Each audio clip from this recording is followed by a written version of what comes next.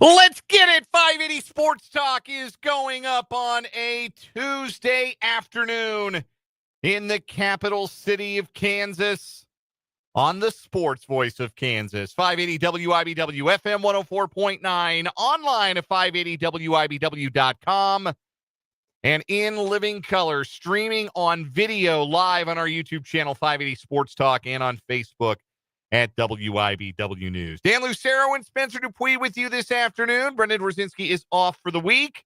5 days away from Super Bowl 59 in New Orleans as the Kansas City Chiefs prepare to take on the Philadelphia Eagles for a second time in 3 years with a historic three-peat at stake for the Chiefs. And we will talk plenty of Chiefs on today's program, including a little bit about the unofficial opener to Super Bowl week. I don't know what they officially call it. Opening night, media night. It used to be Super Bowl media day,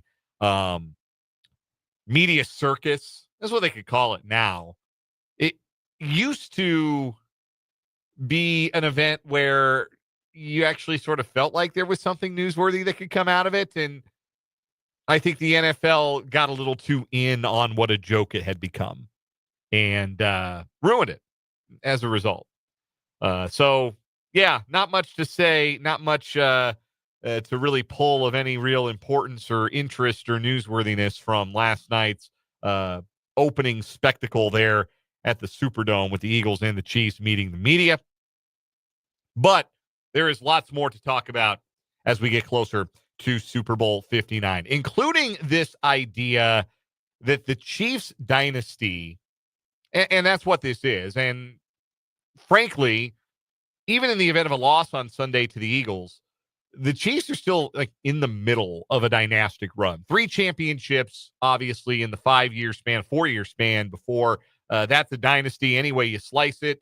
And as long as Patrick Mahomes and Andy Reid are the quarterback and coach, respectively, of the Chiefs, they're going to be the favorites, maybe not the Vegas favorites, but the thinking man's favorites to keep getting deep in the playoffs, going to Super Bowls, maybe even winning Super Bowls. So this is a dynasty.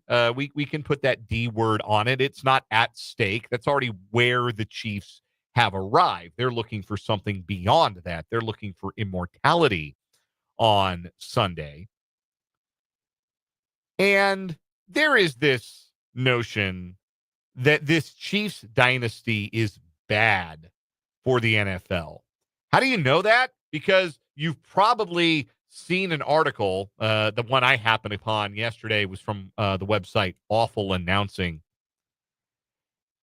You may have seen an article or two with the headline that asks the question, is the Chiefs dynasty bad for the NFL? I'm going to say, not only is it not bad for the NFL, this is not a biased take. This should be inspiring for every other NFL fan. You should be inspired by the Kansas City Chiefs. Now, this is a little bit of preaching to the choir that I will do on the show today, and I understand that. But at the same time, sometimes a choir sits through a good sermon, right? And I'm going to preach a little bit about why, if people are inclined to say that actually it's bad that the Chiefs keep winning, that they keep going to the AFC Championship game, that they keep going to the Super Bowl. No, it is inspirational is what it is. And I'll explain why as we go along. Also, somebody brought this up on the text line yesterday, and we didn't get to it yesterday, but we're going to get to it today. Thank you to the texter from the 913 who pointed out on yesterday's show. And by the way, you can always text the program. 785-272-9429 is the number. We'd love to hear from you throughout the day. 785-272-9429. The texter from the 913 pointed out that Patrick Mahomes has faced a defense coached by current Eagles defensive coordinator Vic Fangio 8 times in his NFL career. As Fangio has been in other places, head coach of the Broncos. He was the defensive coordinator for the Dolphins last season, longtime defensive coordinator. Anyway, Mahomes has faced Fangio defense 8 times, and the record for the Chiefs in those games is 8-0. But does that really matter? That's the question. Does it really matter that Patrick Mahomes is 8-0 against Vic Fangio? So we'll go inside the numbers a little bit and explain why it kind of doesn't matter, but also it kind of does. So there's two ways to answer the question. And we'll get to that later on in the show. Really get inside the numbers, go beyond just the record 8-0 for Mahomes against a Fangio defense. Also, joining us to talk Chiefs on the program today, we will welcome in a special guest, Jesse Newell from the Kansas City Star. Kansas City Chiefs beat writer for the Star will join us bottom of this hour.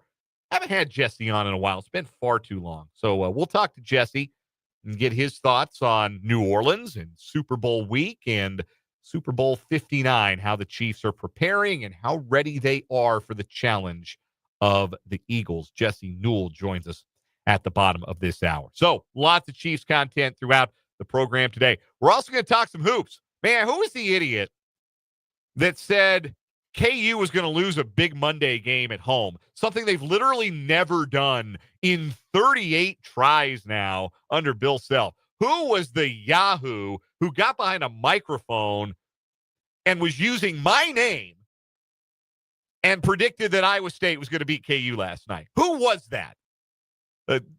I promise you, once we find out who that was, they will be forcibly removed from the premises. But KU did win last night. I was there. I was at Allen Fieldhouse. Thanks to anybody who stayed up late, A, to watch that game, and B, to watch the instant reaction that I did on our YouTube channel, 580 Sports Talk, and on Facebook. KU with a 17-point win. I'm still trying to figure out how much of that was KU and how much of that is Iowa State kind of being a mess. Because Iowa State is kind of a mess right now. So we'll talk about that. We will get Michael Swain's thoughts on that game last night. He was sitting the row in front of me at Allen Fieldhouse last night, so he had a similar vantage point. Michael Swain of Fog.net, part of the 24/7 Sports Network, will join us at the bottom of the 4 o'clock hour, as he does every Tuesday on the Fleming Place Wine and Spirits hotline for Jayhawk Weekly. And we'll get Michael's thoughts on that, as well as the Big 12 football schedule. Yes, it came out today. We know who K-State and KU will be playing, and I'm telling you this, if you're looking for marquee matchups between the teams projected to be the top of the league next year, you're going to be disappointed. Arizona State, BYU, K-State, they don't really play each other this season. K-State doesn't play either of those teams. Arizona State doesn't play BYU, I don't believe. They might. I got to double check the schedule. It did just come out today after all. But K-State does not play Arizona State or BYU. I can confirm that. They do play Iowa State in Dublin. They open up the college football season. They get 3 bye weeks because they play a week 0 game.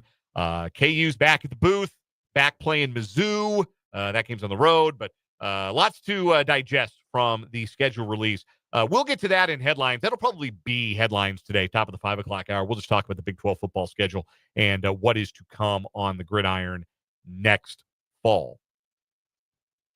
So all of that, 2 great guests, Jesse Newell and Michael Swain, all the things you come to know and love from a Tuesday edition of 580 Sports Talk, including headlines, another round of What Is Wrong With You, Random Question Tuesdays coming up later this hour, and your interaction with the show throughout the day. Welcome to those of you who are watching us on the live video stream. Our YouTube channel is called 580 Sports Talk. That's easy to search for and find. Subscribe to the page if you have yet to. We're up to 725 subscribers. We appreciate each and every one of you who have subscribed, who have watched. If you're a viewer but not a subscriber, go ahead and click that subscribe button. It'll be worth your while because you'll always know when we're live doing shows on the 580 Sports Talk YouTube channel. And if you are watching the show live on YouTube or on Facebook, you can comment throughout the program. You send us a comment if you're watching on Facebook, WIBW News. You can also jump in the live chat on YouTube, on the web browser, or the mobile app. Again, the channel 580 Sports Talk. And, of course, you can hit us up on the text line. Text line's wide open, 785-272-9429. That is 785-272-9429. All right, let's get into this. The article I saw was from Awful Announcing, and you've probably seen an article or something from, your annoying uncle on social media or like an NFL memes page that you all of a sudden were following on Instagram or X or whatever it is, you've probably seen the sentiment that it's actually bad that the Chiefs have been dominant, that we are in the middle of an NFL dynasty, that dynasties are bad, and that what people want is parity. What people want is different teams winning every single year.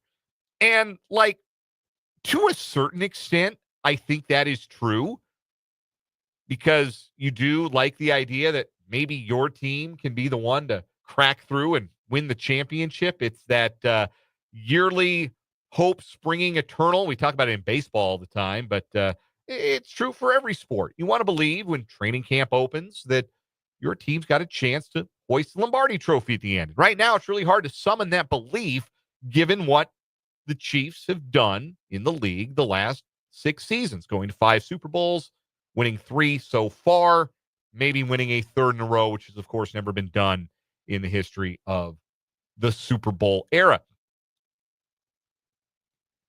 So I understand it from that perspective. I do. From the business perspective, it's obviously not bad for the NFL that the Chiefs are dynastic. The AFC Championship game was the most watched championship game ever of all time. People really were interested in watching that game. And I'm going to tell you, it's not because it's 2 teams from big media markets. That is the funniest thing about the conspiracy theories, the idea that, the NFL knows that people are going to turn on the TV. They want ratings. This is all rigged for ratings. And that's why the team from Kansas City, Missouri is front and center. If 32 billionaires were going to rig the league, don't you think it would be somewhere that was a bigger market? Don't you think it'd be somewhere where you could draw potentially even more eyeballs? A New York, an LA, a Dallas, a Houston, someplace like that. Not Kansas City, Missouri, playing Buffalo, New York in the AFC Championship game. And those 2 television markets produce the most watched AFC Championship game ever. So people are not turning off the TV, contrary to what some wags might post on Facebook. We saw the comments on our Facebook stream of our AFC Championship game instant reaction. Rhonda, we saw your comments, not to name names. People saying, "Oh, I'm not going to watch the Super Bowl because nobody wants to watch those Chiefs.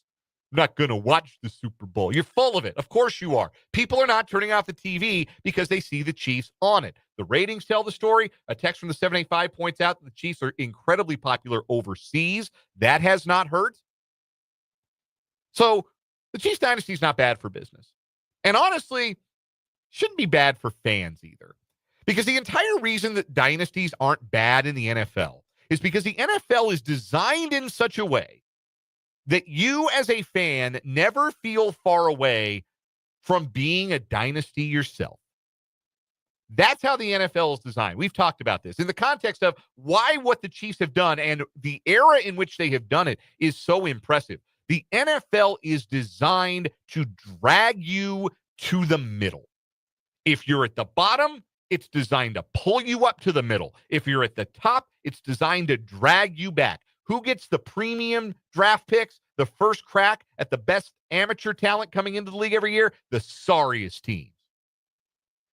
Who runs into a budget crunch? Who has it not be possible to pay all their best players because of salary cap constraints? The good teams. Everybody's being pulled towards 8-9 or 9-8. Resisting that is a Herculean feat.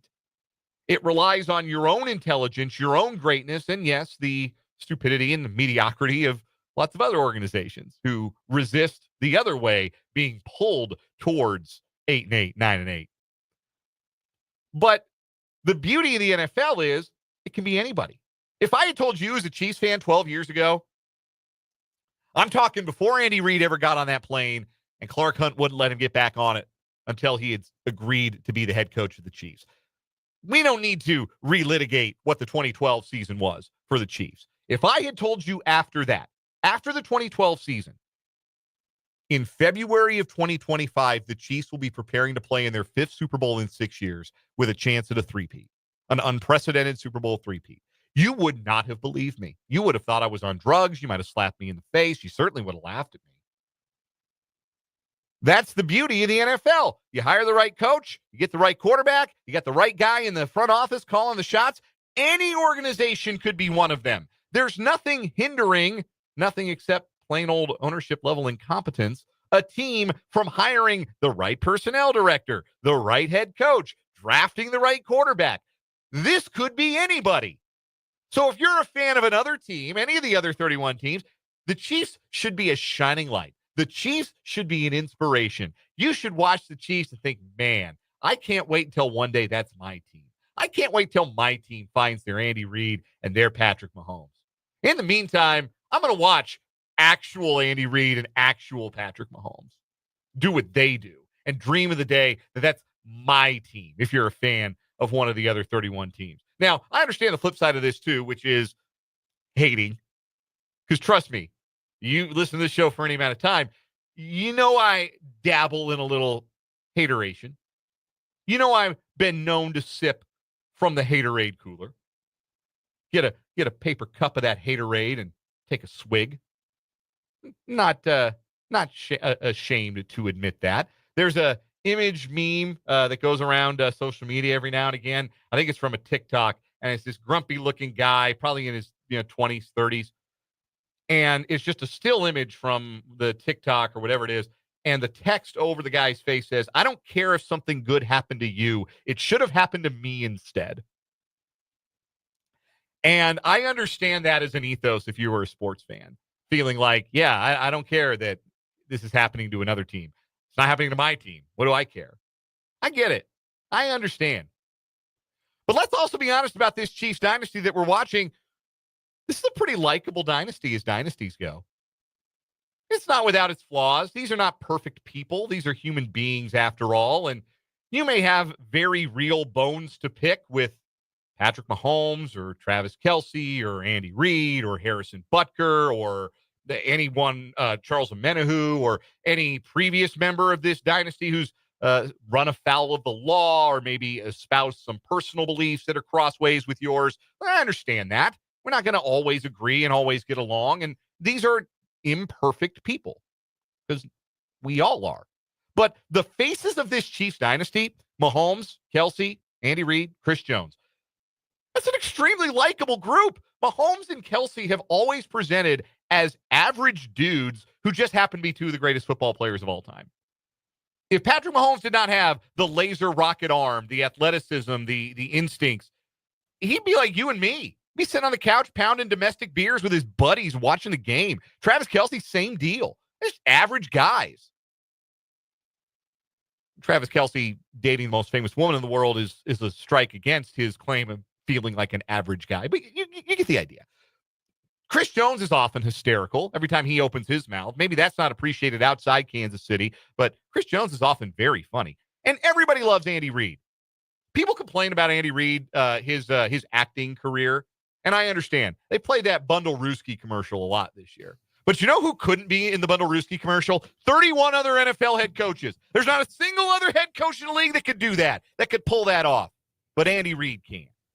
This is a likable group. And I understand. Like, look, my buddies from back in Denver who are Broncos fans, grew up hating the Chiefs, or if you're a Raiders fan, you grew up hating the Chiefs. I get it. If you're a Bills fan right now, yeah, sip from the haterade cooler. I understand. But let's not pretend, for instance, that this Chiefs dynasty is less likable than the Patriots dynasty with the wholly unlikable Bill Belichick as head coach, with Tom Brady, who got suspended for cheating with the deflate gate.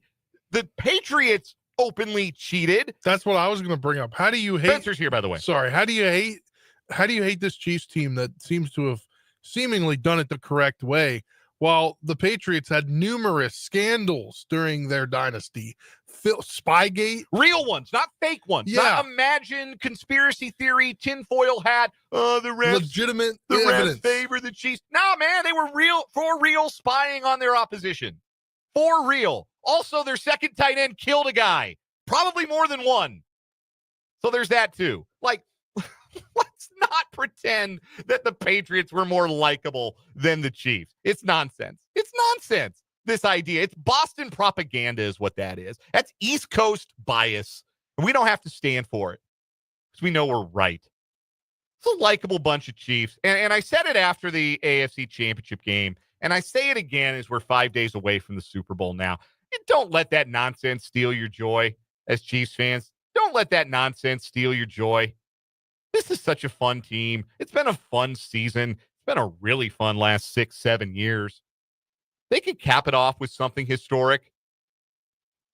Just adds to how special it is. And trust me, a lot of people are going to watch the Super Bowl. A lot of people are going to be posting about it on social media. A lot of people are going to be opining about the game.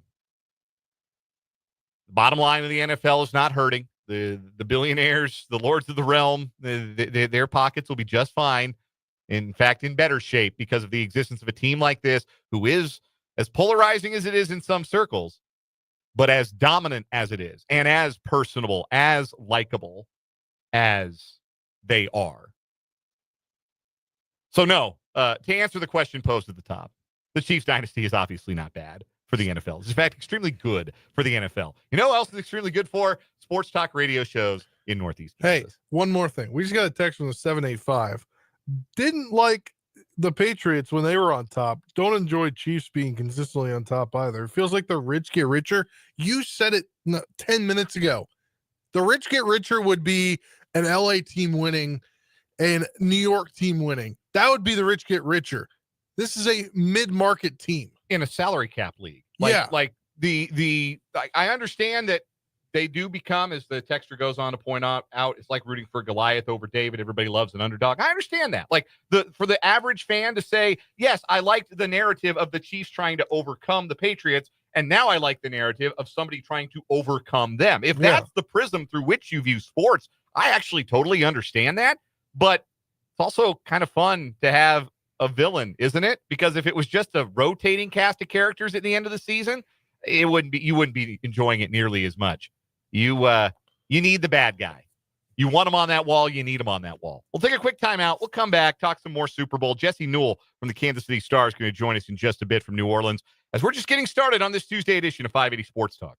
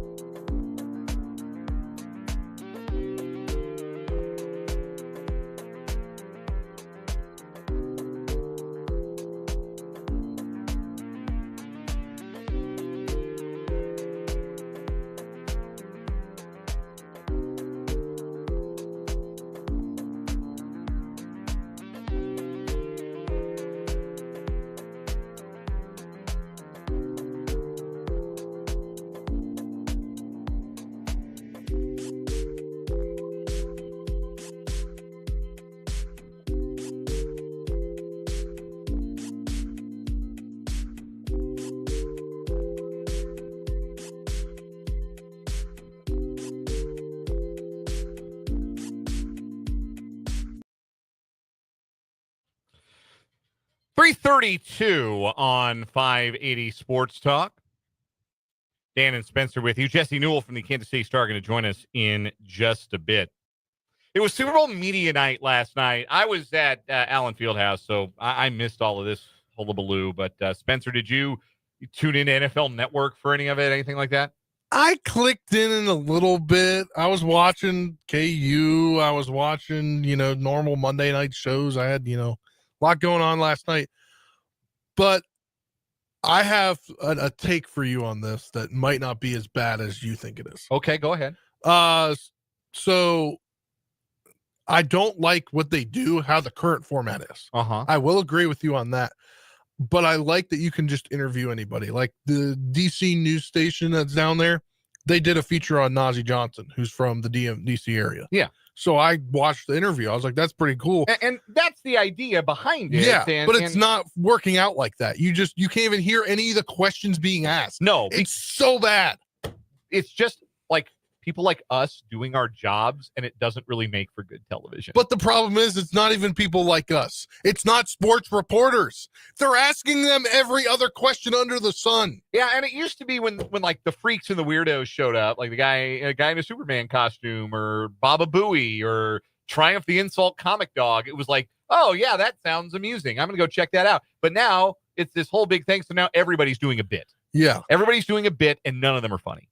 So the freaks and the weirdos are just part of the act, and then nothing interesting comes from the whole entire event.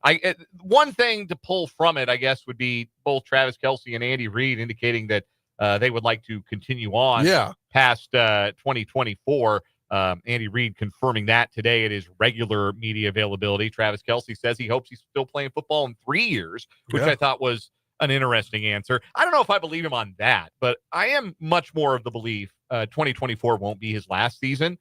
They three-peat, he's going to want 4.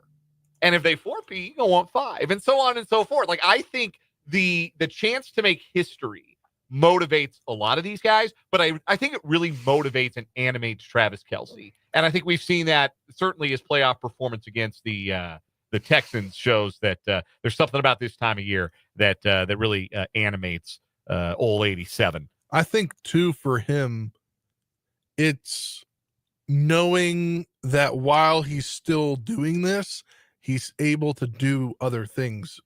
It's not like he can, like this year, it showed he could still play football and they're going to the playoffs and whatever, but he had a heck of an off season where it didn't involve what a usual normal off season for him for the past part of his career might have been.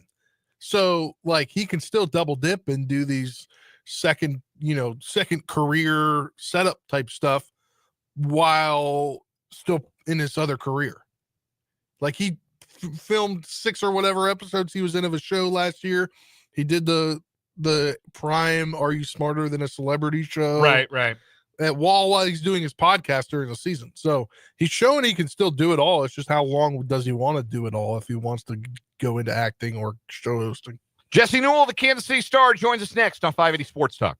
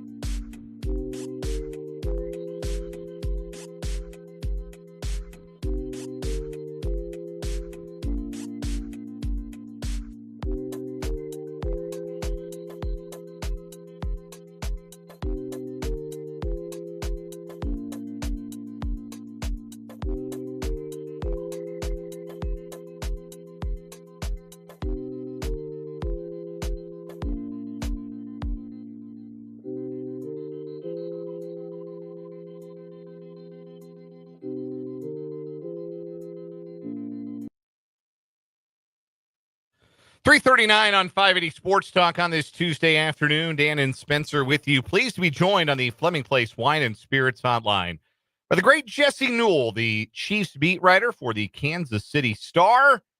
Jesse, how's New Orleans? It's warm, warm and muggy. We will take that every day of the week in February. So places are walkable and lots of media members. I think the three-peat has brought everybody out.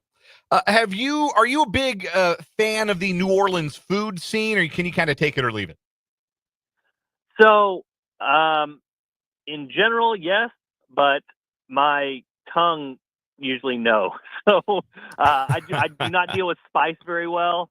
So I got to make sure any of the jambalayas or anything like that is made to a temperature where I don't, burn through the roof of my mouth. So yeah, it's good. It's good food. It's obviously stuff you have to take in moderation, or you feel like you can't walk around the city very much. But yeah, it's good food, but have to cater it to what my tongue can handle. Cool it with some beignets, right? That take the temperature down a little bit. Little bread, little of that. Those are dangerous, man. They've been having those in the media room, and it's man. like, if you can you imagine like a worse food for your body? Like, let's fry this dough and just keep frying it. And then when we're done, we're just going to pour every ounce of sugar that the city has on top of it and see if anybody notices. So, great idea. Yeah, this is going to be rough for my waistline, I think. Jesse Newell, Chiefs beat writer for the Kansas City Star, joining us from New Orleans here on 580 Sports Talk. Jesse, what is the vibe around the mood around this Chiefs team going into this game? Is it any different going into this week than it was, say, even last year when they were approaching a chance to go back-to-back? Does the weight of the three-peat appear to be in any way a part of what this team is going through and addressing as they get ready for Sunday? I don't think so. And I think the reason they got here is for that reason. We were just talking with Clark Hunt, the CEO of the Chiefs, here a couple hours ago, and it was very interesting what he said, which is like, what's so good about having Andy Reid as the Chiefs coach is that he's so experienced. He is, ready to handle these situations. And, Clark even went back, talked about, what he told the team at training camp. He said he made two main points. He said, look, everybody's going to be gunning for you. You're everybody's Super Bowl, so you're going to have to handle that. You're also going to have to handle distractions because you've won back-to-back championships. And both those things came to fruition, and yet the Chiefs, started off the season 15-1 and got the AFC's number one seed. And so it was interesting hearing Clark talk about it because he said, hey, in our offices, it's very easy to look forward to Super Bowl Sunday. It's very easy to say, hey, there's a chance of a three-peat. He's like, the Chiefs would have never made it there if Andy let the players and coaches think that way. I don't know if you guys know this, but the words of the year, the basically the theme of the year for the Chiefs, they pick one every year, has been the formula. It's the last two words they see walking out of the Chiefs locker room going up to the field. And really, Andy Reid has this formula down, and it is all about process over results. It's all about, hey, today is, February 3rd. What do I do on February 3rd to get myself the best prepared, the best of my ability to take on the very next day and get myself to a place where I'm going to be better than I was a day ago. And so that's Andy Reid's mindset. That's the team's mindset. And if you talk to these guys, I was with Drew Tranquil, the Chiefs linebacker today, and, everybody asks, hey, you guys talk about the three-peat. You mentioned the three-peat, and he goes, nobody talks about that. They talk about getting better every single day, and that's how you build this thing, and that's how you become a great football team. And so, no, I don't think the weight of this is getting to them. They could lose to a good Eagles team. That's obviously something that could happen coming up on Sunday, but I don't think the gravity of this moment has really hit them because the thing that's got them here is just sort of focusing on the step in front of them, and they've been really successful with that so far. What matchup fascinates you the most going into this game? What aspect of this matchup, round two in the last 3 years in a Super Bowl between the Chiefs and the Eagles, and their third meeting in as many seasons? Of course, they met in the regular season last year. What aspect of the matchup really stands out to you as you get ready to dig into Super Bowl 59? Yeah, I mean, there's some obvious ones, but, to me, I think it's Mahomes versus the secondary and Andy Reid versus the Eagles secondary, because it's funny, guys, if you go on some of these advanced stats like FTN Fantasy, the DVOA, which is like the all-encompassing measure, they break down how teams do. And like you can sort of, if I'm doing my preview for the week or my prediction for the week, I can sort of find weaknesses in defenses. Like, hey, they don't cover the deep left very well, or hey, they don't cover the short intermediate or short middle of the field very well. But it's amazing, my colleague Sam McDowell, columnist, was going through this with me earlier this week, and he's going down like zone by zone, section by section, and like he turns to me and goes, "There's no weakness here. The Eagles have no weakness in their pass defense." So, like, how do you combat that when you have such good corners, such good linebackers, been able to cover at every single level? And the obvious answer is like twofold. How the Chiefs keep winning games in the postseason. It's like, okay, you have the Andy Reid play calling pixie dust where he has 2 weeks to prepare and find something, corn dog, Tom and Jerry, whatever is going to work against you, he's going to find it in that particular week. And then you just have a quarterback in Patrick Mahomes where these are just the moments that he lives for. I pulled up an article yesterday about his baseball days and the old scout for the Tigers who had scouted him, and they took him with the 37th round just in case he decided someday to return to baseball. They might have kind of an in on him. And even then, he was talking about, like, this guy is competitive. He will win. He will win in the big moments, and you want someone like that on your team. And it just feels like at this point, we can't expect anything but the very best from Patrick Mahomes. He had his best game of the season last week against the Bills. Why would he not have another amazing game against a really good defense in the Eagles? And so that's what they have to go up against the Chiefs. It's not a good matchup for the Chiefs pass game. It really is not. But again, with those things that go well for the Chiefs in the postseason, can they overcome all that again? That's something I'll be interested to watch, and that'll be something that obviously will help determine the outcome of this particular game. We're joined by Jesse Newell of the Kansas City Star here on the Fleming Place Wine and Spirits Hotline. And Jesse, tee up your story here and tease it to the listening audience of that you put out today about a Chiefs offensive lineman who nearly chose medical school over playing for the Chiefs. Yeah, it's an interesting story. So this is Mike Caliendo. It's the Chiefs left guard. Kind of interesting story, and we really hadn't got to talk to him that much because he became a starter late in the season when the Chiefs kicked out their left guard, Joe Tooney, the left tackle, and then moved Mike Caliendo inside. But a fascinating story. He went to Western Michigan. He came to the Chiefs as an undrafted free agent the same year as Sky Moore. So I would have to think that there was at some point some Chiefs scouts were watching these Sky Moore games and probably happened to see a lineman who was performing pretty well on the interior. But his NFL future was not secure. I mean, when you're an undrafted free agent, obviously your odds are going to be long of making the NFL because not many of those guys stick around. So as he was training for the NFL and getting ready after his 6th season at Western Michigan in Boston, he actually was doing med school interviews, and he actually didn't want to suit and tie virtually with the same college that his grandfather went to, and potentially was going to pursue that path, kind of leaving it as a backup plan in case the whole football thing didn't work out. So, the history has it now. The Chiefs went to the 2022 draft. They didn't take him, but a few minutes afterwards, they gave him a call and said, "Hey, we'd like to have you come in." And more details in that story. He was on the practice squad his first year and then made the team as a really big surprise last year at a camp, a very emotional day for him as he details in the story. So one of those stories about a guy that probably unlikely to be a Super Bowl starter, unlikely to be, the kind of guy who can lift the Chiefs to a Super Bowl, but these are the type of stories that really make this dynasty in the Super Bowl run. We know about the Mahomes, we know about the Travis Kelce's, we know about the big names like Chris Jones out there, but there's also a bunch of guys out there that probably for other teams in other situations would not be Super Bowl contributors, and they're doing great things for the Chiefs this year, and that's a credit to the coaching staff and also to some of these guys personally as well. Obviously, we want to talk about the Super Bowl, but how do you think that Caliendo's performance could maybe see if they can move him to the right side next year to save some money? Obviously, Trey Smith is going to have a contract this year. How do you think that maybe his Super Bowl performance could lead to a contract here or maybe elsewhere?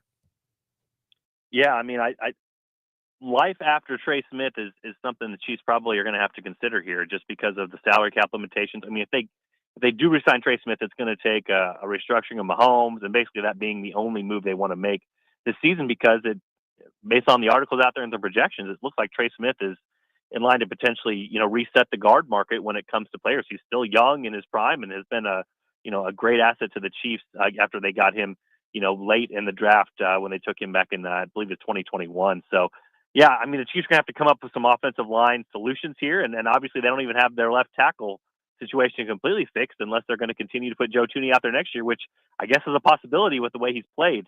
So Caliendo's been a guy, I mean, he did struggle statistically early on when he first got inserted in there. He's gotten better week by week, game by game. And I think that's what you've seen from this Chiefs offense is that Mahomes trusts Tooney on the left side as left tackle, and even if he gets beat, he kind of gets beat slowly. And I think as time has gone on, those guys have kind of found their roles and gotten more comfortable with what they've been doing. And Calian has been one of those guys that's ascended. And as I said, they would not have kept him out of 2023 training camp last year if they didn't have high hopes for him. So he definitely could be part of a solution for the Chiefs as they're looking to fill those positions and trying to figure out how to kind of makeshift their offensive line for next year after filling in for maybe some of the departures they're going to have this offseason.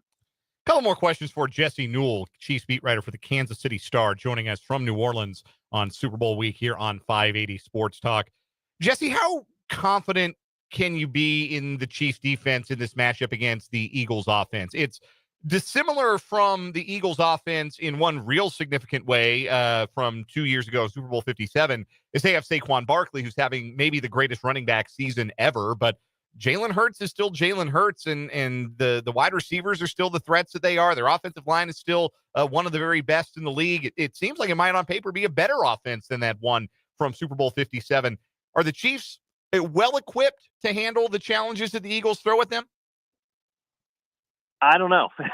And, if we'd have talked about this 2 years ago, if you would have said the optimistic case about the Chiefs, you'd have been wrong, right? Like, they gave up 35 points, and the Eagles, Jalen Hurts didn't have a great postseason until then, and he was amazing in the Super Bowl. Had a really great game. A.J. Brown obviously caught a pass over Trent McDuffie. Devontae Smith had over 100 yards. So the Chiefs had troubles stopping the Eagles. I will say this much about the Chiefs. So obviously the concern, they've had a good run defense for most of the year, but you saw the third quarter last week against the Bills where the Bills kind of ran on them. And Saquon Barkley is the type of back that he'll turn those 10 or 15-yard gains into 80 and 85-yard gains. And so you have to be real careful giving up running plays against him, because it's not just the sort of efficiency that we see from the Chiefs offense with a guy like Kareem Hunt. It's also the explosiveness where the Eagles will just continue to run the ball because they figure they can get their explosive plays from the run game as well. The one thing I will say in the Chiefs' favor, and again, this is sort of where it lines up for the Chiefsing, if you will, because this is what they do in the postseason. The one area where Jalen Hurts really struggles is against pressure, is against blitzes. And like, if you could pick a weakness for a team going against the Chiefs, and you have Steve Spagnuolo and you have all these blitz looks that they don't show anybody else, or they haven't run all season, and they can get these free rushers, this is the sort of thing that potentially in one of these one game type of matchups where you can really exploit it. So I would say that's the hope for the Chiefs. Now, none of that comes together if you can't stop the run. And that's the real danger in this game, is that if Saquon Barkley starts well early and the Eagles get a lead and they continue to run the football and stay committed to it, unlike the Bills were last week, then potentially this could get away from the Chiefs in a way that Bills game last week did not get away from them. But like I said, I mean, if you're just looking at how the Chiefs win all these close games, how they potentially win games in the postseason when they have extra time to prepare, you're looking at Steve Spagnuolo and you're looking at blitzes. And that's potentially a formula to success against a guy like Jalen Hurts, who has held on to the ball too long and has not dealt with pressure well. That's a lot different than Josh Allen, who did not have those same type of issues against the Chiefs last week. All right, Jesse, 30 seconds here. I won't pin you down to a prediction because I know you'll publish one in the Star, but if you are writing a gamer on Sunday night and it's about a third consecutive Chiefs victory in the Super Bowl, what is the defining thing that you think it will be about? What do you think will define a Chiefs win if they pull it off? Yeah, boring, but I mean, this feels a lot like the game 2 years ago to me, guys. I think it's going to be offenses. I think it's going to be Patrick Mahomes. I think it's going to be scheme. I think it's going to be a lot of different receivers trying to poke holes in that defense. I think it's going to be, we're going to be talking about Mahomes again. I mean, this guy could become Michael Jordan. Don't know if you guys know this, but Michael Jordan hit the national championship game-winning shot in this building as a collegiate. So the MJ Patrick Mahomes comparisons might continue after this one, and if so, I think that's the reason the Chiefs win this game. Jesse Newell is the Kansas City Chiefs beat writer for the Kansas City Star, gracious enough to join us from New Orleans on Super Bowl week on the Fleming Place Wine and Spirits hotline here on 580 Sports Talk. Jesse, enjoy the jambalaya as best as you're able, and enjoy the game on Sunday. Thanks for the time. All right, appreciate it, guys. That is Jesse Newell. We'll take a quick timeout, come back, wrap up this hour, 580 Sports Talk after this.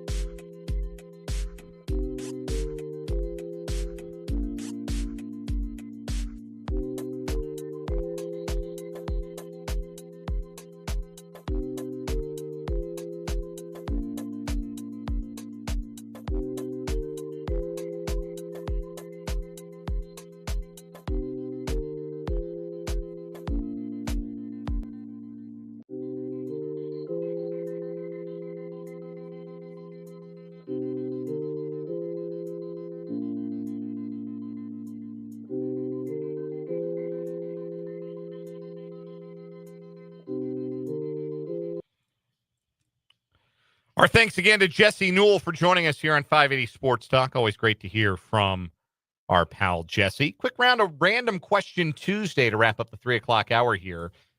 Spencer, media night, as we mentioned, was last night at the Super Bowl. If you had been there and could ask one of the game's principals, coaches, players, whoever, ask any of them on either team one question, what would it have been? That's a good one. I know. I don't know, because like last night, the point of last night has become, as we discussed earlier, not for football questions. So right, that's true. I guess I'd ask Travis Kelce what it's like to date somebody that has a higher personality, not personality, but a higher Q rating, perhaps. No, like has a higher like people know. Like if you're out and about, like people are gonna say, like if. That is the definition of Q rating. Yes. People know. How's it to do that? Like when you were probably that person with the women you've dated before. Except for the time he was on TV, did the reality show. Yes. I would ask Andy Reid about his relationship with my great uncle, Tom Lovat. They were on the same coaching staff in Green Bay in the early 90s under Mike Holmgren, and told to this day that Andy and my uncle Tom still talk, still have a relationship and speak with each other. And I'd ask him about that and what he learned from my great uncle, if anything, that he's taken with him through his coaching career. You know, we don't get like the one-on-one access. Andy doesn't do a lot of like radio interviews that aren't national radio or, you know, the contractually obligated stuff. So you don't get like the personal self-indulgent questions with Andy Reid. Yeah. So that would be mine. If I had the opportunity, that would be my self-indulgent question that I would ask Andy Reid. Coming up at the 4 o'clock hour, Michael Swain will join us for Jayhawk Weekly, and we'll talk about those Jayhawks bouncing back by crushing the Cyclones on 580 Sports Talk.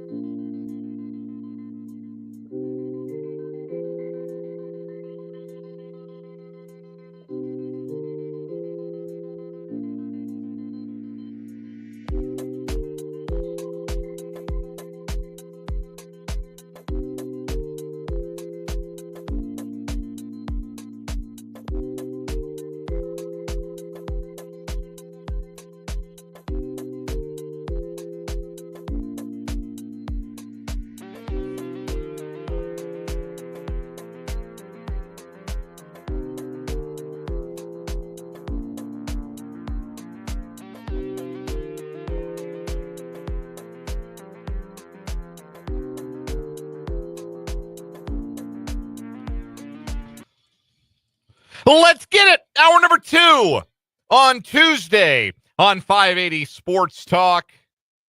Thank you so much for being with us on the Sports Voice of Kansas, 580 WIBW, FM 104.9, online at 580WIBW.com. And thank you for watching our video streaming on our YouTube channel, 580 Sports Talk, and on Facebook at WIBW News. Dan Lucero, Spencer Dupuis, rocking with you for the next 2 hours. Brendan Dworzinski is off this week. K-State basketball tonight at a 9 p.m. tip. 8 o'clock pregame coverage here on your home for the Wildcats, 580 WIBW, FM 104.9 from Tempe, Arizona. 9 o'clock tip. We know it'll be on time because it's an ESPN Plus game. No shenanigans, no hunting for which shoulder ESPN network they've put it on because the first game went to overtime or there was a long video review or anything. That's the one nice thing about the Plus games. Very nice thing about the Plus games. You just said at 9 o'clock, that game is going to tip off at 9:02. That's the worst part about ESPN. Yes, the idea that you can play a college basketball game in a 2-hour window is pretty antiquated. Yeah. And they need to start doing like 2-hour and 15-minute broadcast windows. I know that doesn't work. It's not how you divvy up TV time. Like I understand. It's just straight up annoying. But yeah, like particularly for now they started on time. We're pretty close, I guess, last night. They weren't delayed too bad at Allen Fieldhouse for Big Monday last night. But I will say, depending on your caliber of program, also depends on if they're gonna push the tip time too. Yeah, that's probably something to that. You want to make sure you catch the entire game. They'll if Marshall's ever on, like they're on ESPNU tomorrow night. I think they got a game pushed to 9 o'clock Eastern, 8 Central. If there's another game going on, they're going to get pushed to ESPN News. Well, that happens anyway. Or Plus. Sometimes it's even on the Plus. Sometimes it's on ESPN. Yeah, they'll just say, yeah, it started on the app, guys. Figure it out. Because we got games on you or News that we're not. Or we got Super Bowl coverage on News or whatever. Preempt. So, and they have to move it too bad last night for KU Iowa State. But, yeah, 9 o'clock tip on the Plus means a 9:02 tip. And that's, I guess that's comforting. Man, I can't imagine that there would have been many people 3 weeks ago who were going to be willing to stay up late night with the Tang Gang. But recent run of form says this is a team to watch. So I'll be dialed in tonight to watch K-State take on Arizona State. If you, again, are unable to watch or you'd rather just listen to Wyatt and Stan and mute the ESPN Plus broadcast, never a bad decision if we're being honest about it. 580 WIBW FM 104.9. We'll talk a little bit more about that later on in the show. K-State actually an underdog on the road tonight. I understand why, but it's a winnable game. It's a winnable game for them, and we'll get into that. We're also going to talk plenty of KU basketball this hour as KU smacked Iowa State last night, 69-52 at Allen Fieldhouse, to go to 38-0 all-time in the Bill Self era at home on Big Monday and earn a much-needed home win and a much-needed conference win and maybe a confidence-building kind of win. But plenty to talk about from that one. I was there at Allen Fieldhouse last night. If you missed the instant reaction that I did about 20 minutes following the end of the game, Allen Fieldhouse had cleared out. It was me and a bunch of people down below me on court level. And I did the instant reaction, and that's up on our YouTube page. 580 Sports Talk is the channel. Also streamed it on our Facebook page, WIBW News. You can go check that out. We'll also talk Jayhawks with Michael Swain of Fog.net, part of the 24/7 Sports Network. Get Michael's thoughts as we do every Tuesday on the program for a little thing we call Jayhawk Weekly. That's coming up, again, bottom of the 4 o'clock hour here on the program. And Michael will give us his thoughts on that win, maybe some thoughts on why the 2 Saturdays before have been full of frustration for KU, and a bit of a look ahead to Saturday's Sunflower Showdown at Bramlage. Plus, we'll talk KU football because the schedule was released earlier today. In case any of you missed that, we know that KU, like K-State, has a Week 0 game, August 23rd, kickoff for the college football season. And K-State, Iowa State, going to be the first game of the season. We knew that. K-State, Iowa State will literally kick off the 2025 season out in Dublin, Ireland. But KU also playing. They are much closer to home. In fact, they will be reopening David Booth Kansas Memorial Stadium on August 23rd when the Fresno State Bulldogs come to town. So lots to get to from the schedule with Michael Swain as well. We will get his thoughts as we move forward. Also, What Is Wrong With You coming up this hour, sponsored by Ryan Mo Winkle. We'll get to 2 news stories, see if we can take down our Monday winner. Again, interact with the program today. We'd love to hear from you. The text line is open, 785-272-9429. You can also hit us up in the live chat on the YouTube stream. 580 Sports Talk is the YouTube channel. Again, there's a live chat that occurs throughout the live airing of the show. You can access it on the web browser or on the mobile app, and you can interact with us and your fellow listeners. The Bard is in to the text line. We always love hearing from the Bard. Expect to hear more from the Bard as baseball season rolls around. But the Bard has weighed in on the Chiefs' run to a 3rd straight Super Bowl. The Chiefs fans are all getting busy while the haters remain in a tizzy. But the view's great from here, and friends, so's the beer. It always stays frosty and fizzy. Indeed, frosty and fizzy in the Chiefs' kingdom. Thank you to the Bard for weighing in. So, yes, subscribe to the program on 580 Sports Talk on YouTube. You can follow the show. Show is on X, 580 Sports Talk. Show is now on Blue Sky. If you are one of the 30 million Blue Sky users and are looking for show-related content, Kansas sports-related content, Kansas City-related content, Jayhawks, Wildcats, you can now follow us over on Blue Sky, 580sportstalk.bsky.social. But I think if you just search for 580 Sports Talk, you'll find us over there on Blue Sky now. Trying to meet people where they are, and a lot more people have made their way over to Blue Sky, including yours truly. In fact, all 3 of us are over there. I am exclusively at Blue Sky at Dan Lucero. You can find Brendan over there at Brendan DZW. You can find Spencer Dupuy over there at Spencer Dupuy. Imagine that. So we're all over at Blue Sky. In addition to X, the Everything app. Everything happens on X. X has your social security number. Bank with X. So he sure got it soon. That's for sure. Now, some 19-year-old knucklehead has it. I know that much. That's no. I'm going to say I'm trying. I'm trying Blue Sky, but I realized my first post on Blue Sky was quoting your post that you made from our new account. Sure. Hey, and look, I didn't make a post before. I didn't make first post. I don't think I ever did a first post or I'm here now thing on Blue Sky. I just dove in. I'm trying to spend less time on social media in like general, just because I've got other things in my life that are going on that demand a little bit more attention than my phone screen. So I've been trying to wean myself of the social media habit, which has been very hard because Twitter's been, frankly, what was Twitter, what is X, was frankly kind of addicting for me for quite a long time. And weaning myself off of it involved leaving that space. So that is why I'm no longer over there. Also, I just don't think the interaction on that website was as good as it used to be. I can tell you this, cross-posted last night, did live tweets from, we've always done live posts from the games that we cover on our Twitter/X account, 580 Sports Talk.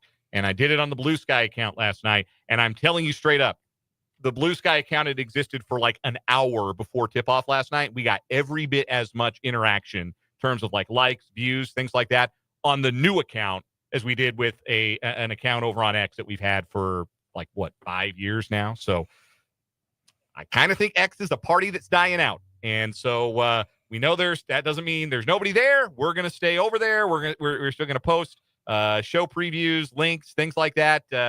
Lots of great information still. So if you are still over at X, we'll still be over there. If you are checking out something new, we're going to be at the new place too. So that is someplace new where you can find 580 Sports Talk. I just wish bots had not taken over Blue Sky. They haven't taken over. They started to. They have not taken over. I tell you this. It's not as bad as X, but it's happening.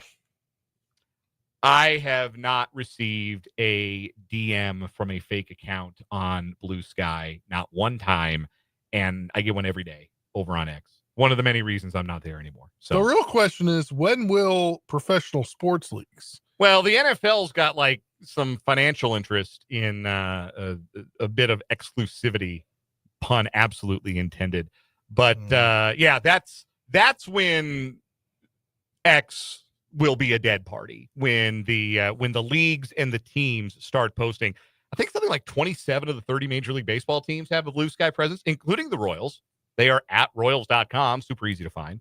So maybe baseball season signals a shift in that direction. I don't know, but that's a broader conversation, and I'd rather talk some hoops. So let's get into some basketball. KU 69, Iowa State 52 last night at Allen Fieldhouse. And I am very upset that some moron, some absolute pudding for brains, sat behind this microphone and used my name and imitated my voice to put out there on these airwaves that Iowa State had any kind of a chance to beat Kansas on Big Monday at Allen Fieldhouse. That was a really stupid thing for that person to say. And once I find out who was responsible for saying those things in my name, in my voice, rest assured, they will be punished and maybe even prosecuted. I may have them prosecuted. But anyway, in all seriousness, it was a good performance for Kansas. Good 40 minutes of basketball for them. Really, both ends, offense, defense. I thought they were sharp last night.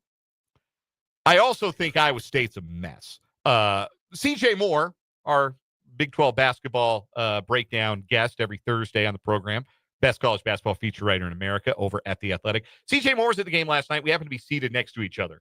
And we were talking throughout the night. And I'm not going to, talk out of school or quote CJ on the record, but we were discussing throughout the night how difficult things looked for Iowa State on offense.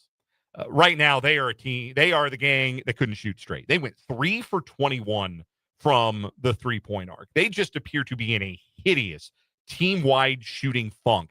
And it has been the length of their 3-game losing streak because they took them overtime to get to 75 points at Arizona. They scored 61 at home against K-State, and then they only scored 52 last night. And frankly, they were 3 for 21 from 3. I think they were 1 for their first 18 from behind the arc. So they're a mess, but Kansas deserves a lot of credit for that. And in particular, KJ Adams was a difference maker on defense last night. And the reason I think it's worth bringing up KJ Adams is because he was in the starting lineup last night. And there was a vocal contingent of Jayhawk students who did not think that KJ Adams should have been in the starting lineup last night.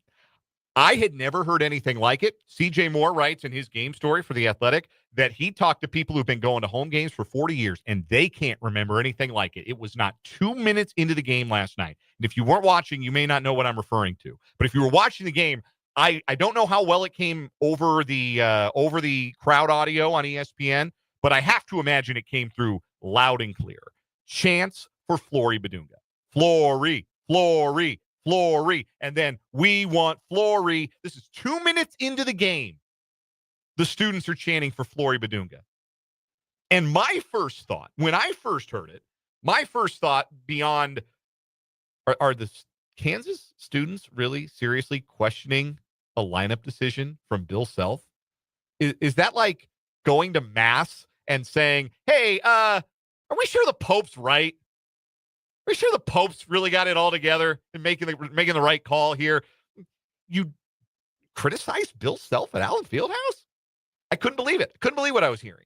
And my first thought, I was so discombobulated, I thought it had to do with Rylan Griffin being in the starting lineup, because that was Rylan Griffin's first start since the Brown game.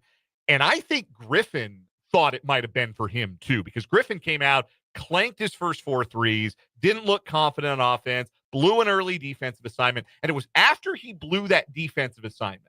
It was a second chance bucket, and Griffin came out from underneath the basket to try and guard, and he left Iowa State big wide open for an easy dunk. And the chance started, I think, like right after that. And so my brain, putting 2 and 2 together, thought, oh man, they think Flory should be starting over Rylan Griffin. But that wasn't how Bill Self interpreted it.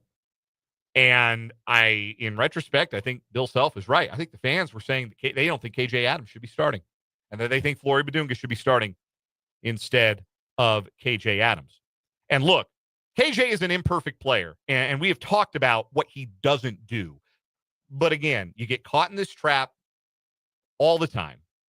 As fans, as observers, as critics, you get too caught up in what guys can't do sometimes that you miss the things that they can do. And you know what KJ Adams can do? Defend his tail off. And that is what he did last night. All of Kansas's best lineups in terms of metrics, like plus minus, net rating, things like that, all of KU's best lineups, their 3 best lineups involve KJ Adams. That nugget from CJ Moore in his article at The Athletic today. And his work on defense, and again, video, go read CJ. KJ's ability on defense to guard anyone on the floor, from the shiftiest point guard to the strongest big man, allowed KU to hide Hunter Dickinson on defense a little bit, keep him in what they call drop coverage on screen and rolls. So essentially, he's not coming out to meet the screener or try and switch on a ball screen. He's just dropping. If you want to see drop coverage in action, watch the Denver Nuggets. Watch how Nikola Jokic defends the pick and rolls. Drop coverage. They had him in drop coverage last night, and that allowed him to protect the rim, which at 7'2", Hunter Dickinson can do pretty ably. He's not a great one-on-one defender, never has been, but he can protect the rim a little bit. He had 4 block shots last night.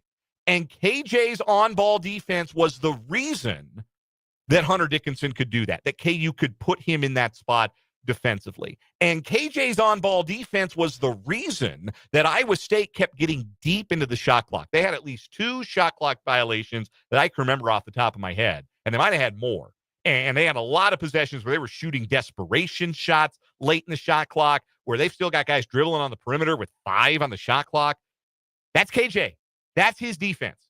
That's what he does. That's what he brings. Also brings great energy that the crowd feeds off of. They were done chanting for Flory Badunga when KJ threw down that half-court alley-oop pass from Diggy Coy. So I was stunned when I heard it. I'm sure it probably threw Bill Self for a bit of a loop too. But man, number one, KJ Adams is a heart and soul Jayhawk, leaves it on the floor every night and deserves better than that. And number 2, he's a better player than that. Flory's going to get his minutes, and Flory's going to help the team. Flory's a freshman. Yeah. Like, come on. There's no reason for that to happen. Now, if they lost the game, maybe people voice even louder, but like they won the dang game.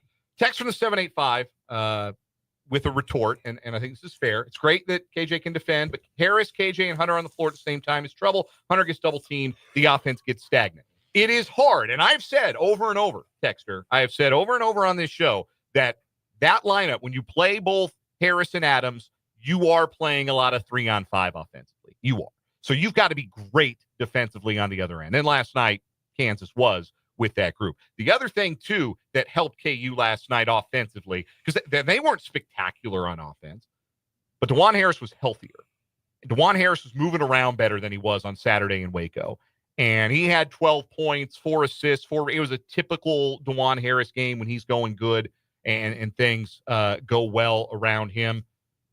Look, criticize KJ Adams as a scorer, absolutely. Is Flory Badunga giving you floor spacing? No, he's not. He's just bigger, and he's got great energy, and I think he's going to be a great, great Jayhawk. I think the world of Flory Badunga as a player. But I like that energy off the bench, and I think KJ works with the starters. And I think KJ's defensive ability, he's got that ability to guard the perimeter. That helps you then, I say hide Hunter Dickinson. That's a mean way to say it. The nice way would be to say it helps you play to his strengths as a defender, which is stand around the rim and alter shots as the guy who's 7'2". And he did that last night, and that helped make it really, really hard for Iowa State to score. KJ Adams is never going to be a great offensive player. He never is. He's a rim runner. He's a lob finisher. He's a second chance bucket guy. He's gotten much better as a free throw shooter over the course of his career, but he's never going to be a great scorer.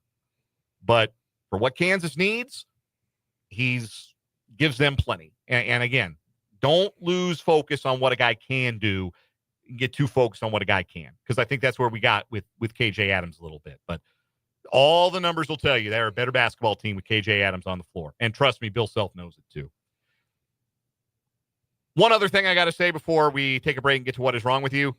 I once again continue to implore the committee that awards the Wooden Award each year to please consider half of a player for the honor, because Zeke Mayo at home is the best college basketball player I've seen this year. Zeke Mayo at Allen Fieldhouse is incredible.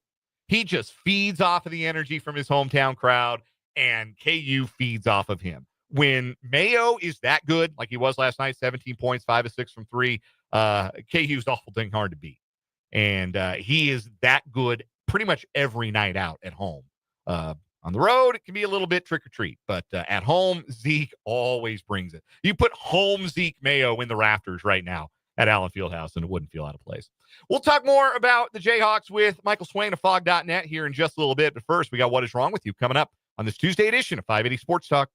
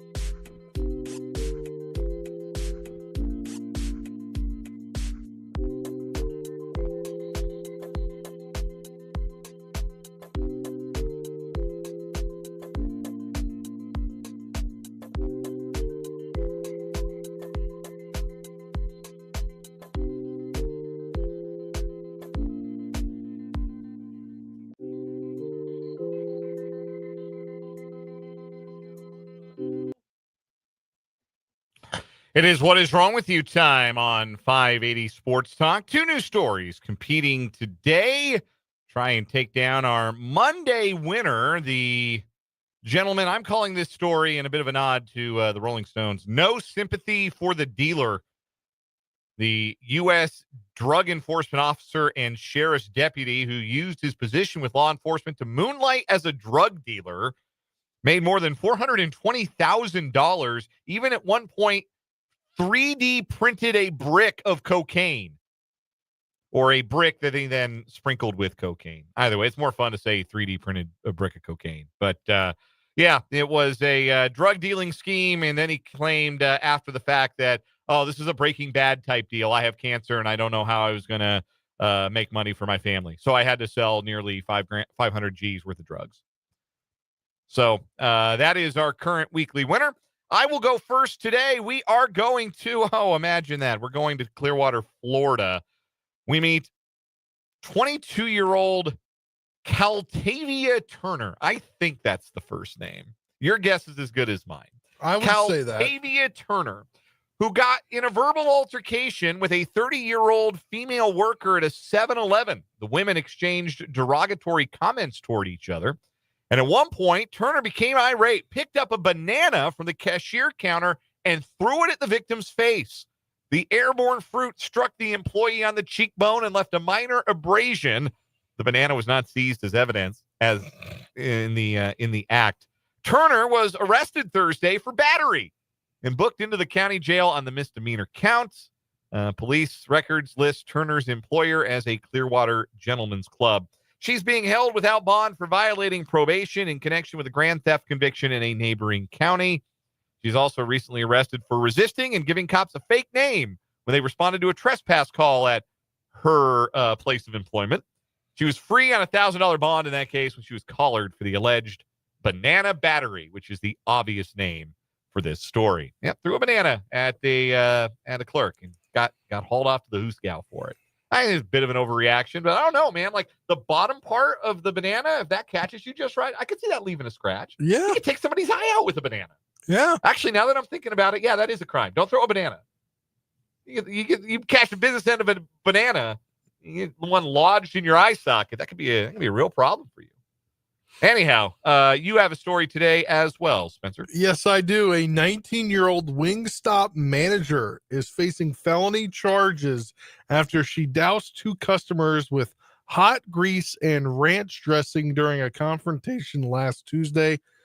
According to the investigators, the victims tangled with Carneal Irene, the Wingstop worker, inside a Port St. Lucie, Florida outpost of the chicken wing restaurant.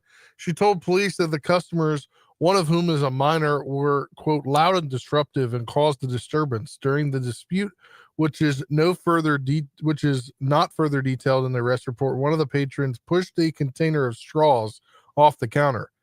The conflict, cops say, escalated when Irene responded by throwing ranch dressing at the victim. She then went into the kitchen and returned with a bucket of hot grease and threw the liquid at the victims.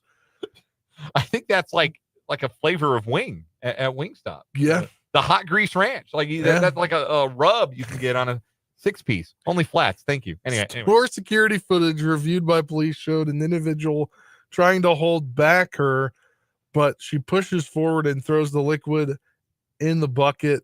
Cops say she admitted to spraying ranch dressing on the customers and justified her actions by stating that the customers were being verbally abusive and had reached over the counter to knock over straws. She claimed the tossed oil did not strike the patrons. The hot oil recipients claimed the liquid burned upon impact and resulted in shiny burnt skin.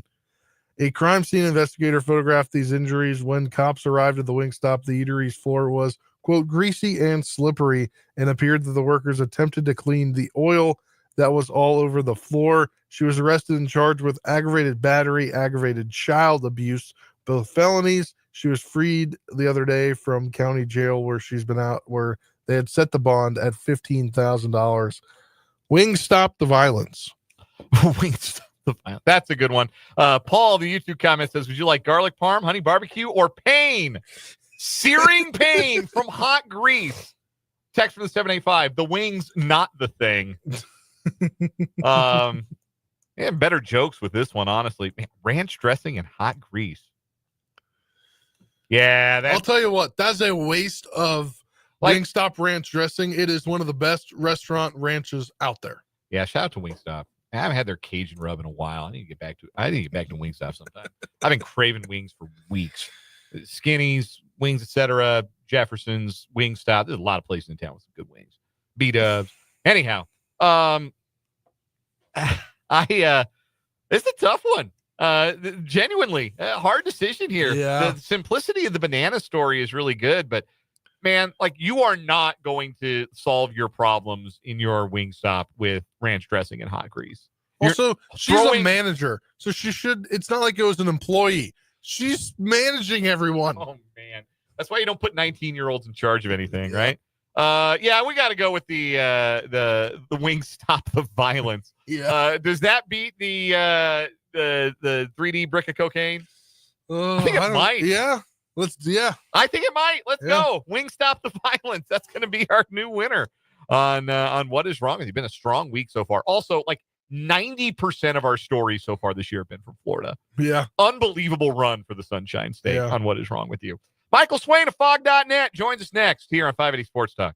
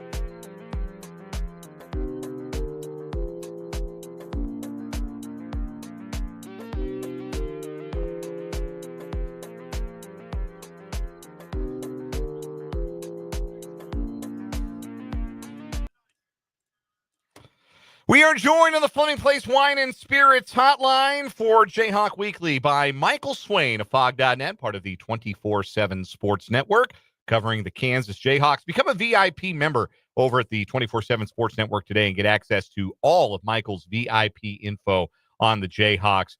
He joins us every Tuesday here on 580 Sports Talk. Michael, last night at the Fog, KU blows out Iowa State. Did that have more to do with KU, or did that have more to do with an Iowa State team that's in a funk?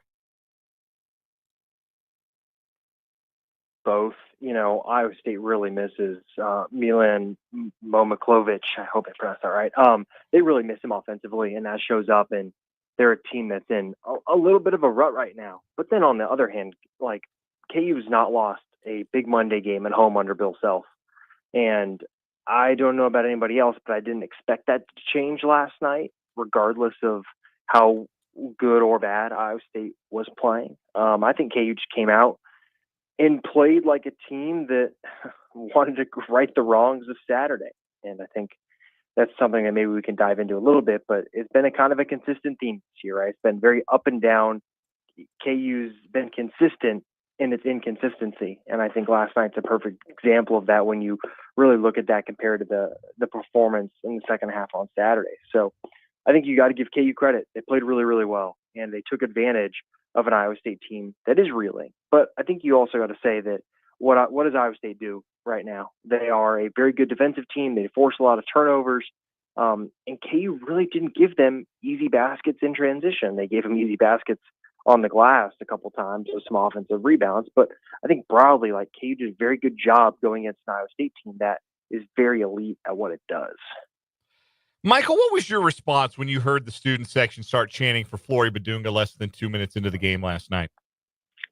I thought it was weird, and it was something that I've never heard before, right outside of your chanting for Chris Tehan, Michael Right. Jankovic, when you're up by 20, and KU fans are like, oh, well, let's get the walk-ons in now. That's typically when I feel like you've heard it in the past.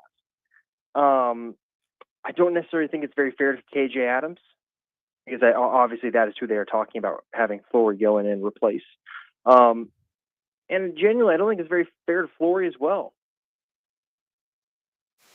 The Hall of Fame head coach who's making the calls, and I just think it's something that is very odd, because it's not something that I associate with the student section at Kansas. And I think that Greg Gurley probably hit the nail on the head, right? Saying that, hey, you trust the Hall of Fame head coach. Yes, right. Nobody's infallible. Like, you can say you don't agree with certain things with Bill Self, but when you're a student section, your job is to cheer and not make coaching decisions. So it's one of those where I was, at first you're like, that's weird. And then you think about it, you're like, whoa, that's totally, I don't know if out of line might be a little step too far, but it was just one of those, you're like, wow, that's weird that they did that. And I don't necessarily think it's a positive reflection, and I don't think it's fair to the players either. Yeah, it's kind of where I came down on it too. Like, students, you have the right to voice their opinions. You buy a ticket, but KJ was really good last night in a starting role, particularly on defense. He was the reason, if more than any one individual, that KU was as good defensively, I thought, as they were last night. And he's been a great program guy, great Jayhawk. And I think he deserves probably a little bit more regard than what that gave him last night. Yeah, exactly. And let's be real here. KJ has shown some his value. I think also at the end of the Baylor game, right? You can also say that, that wasn't pretty. But also, let's be real here. Flory Badunga has not necessarily lit it up in the last two games when he's gotten minutes, right? I think we can be pretty frank and say that. Combined 6 points in his last 30 minutes. I think it's a total of 4 rebounds in his last 30 minutes. Like, I just, if you're watching the games and not trying to carry some narrative over that you want to carry over, Flory is not producing right now. KJ Adams has produced.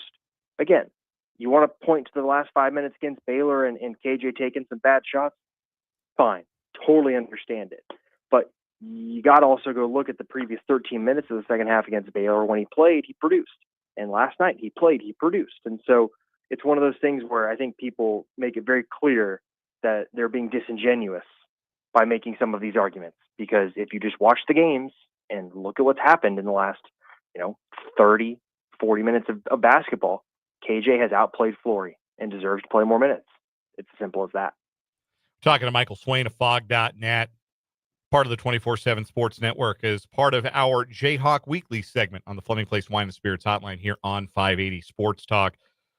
Michael, it just baffles me sometimes with this KU team, because you watch them put together a 40 minutes like they did on Monday, and it is true that they are a nightmarish 18 seconds against Houston away from a quality home win in the Big 12, and they are one nightmare half away against Baylor from being right in the mix for a Big 12 championship. And yet those things happened to this team, this veteran team. How do you square that this is a team that has shown at times the fortitude to take down Duke or to keep Iowa State, an objectively good team, struggling, but at the same time, they're the same team that blew that lead against Baylor, almost lost at home to UCF, blew that game against Houston?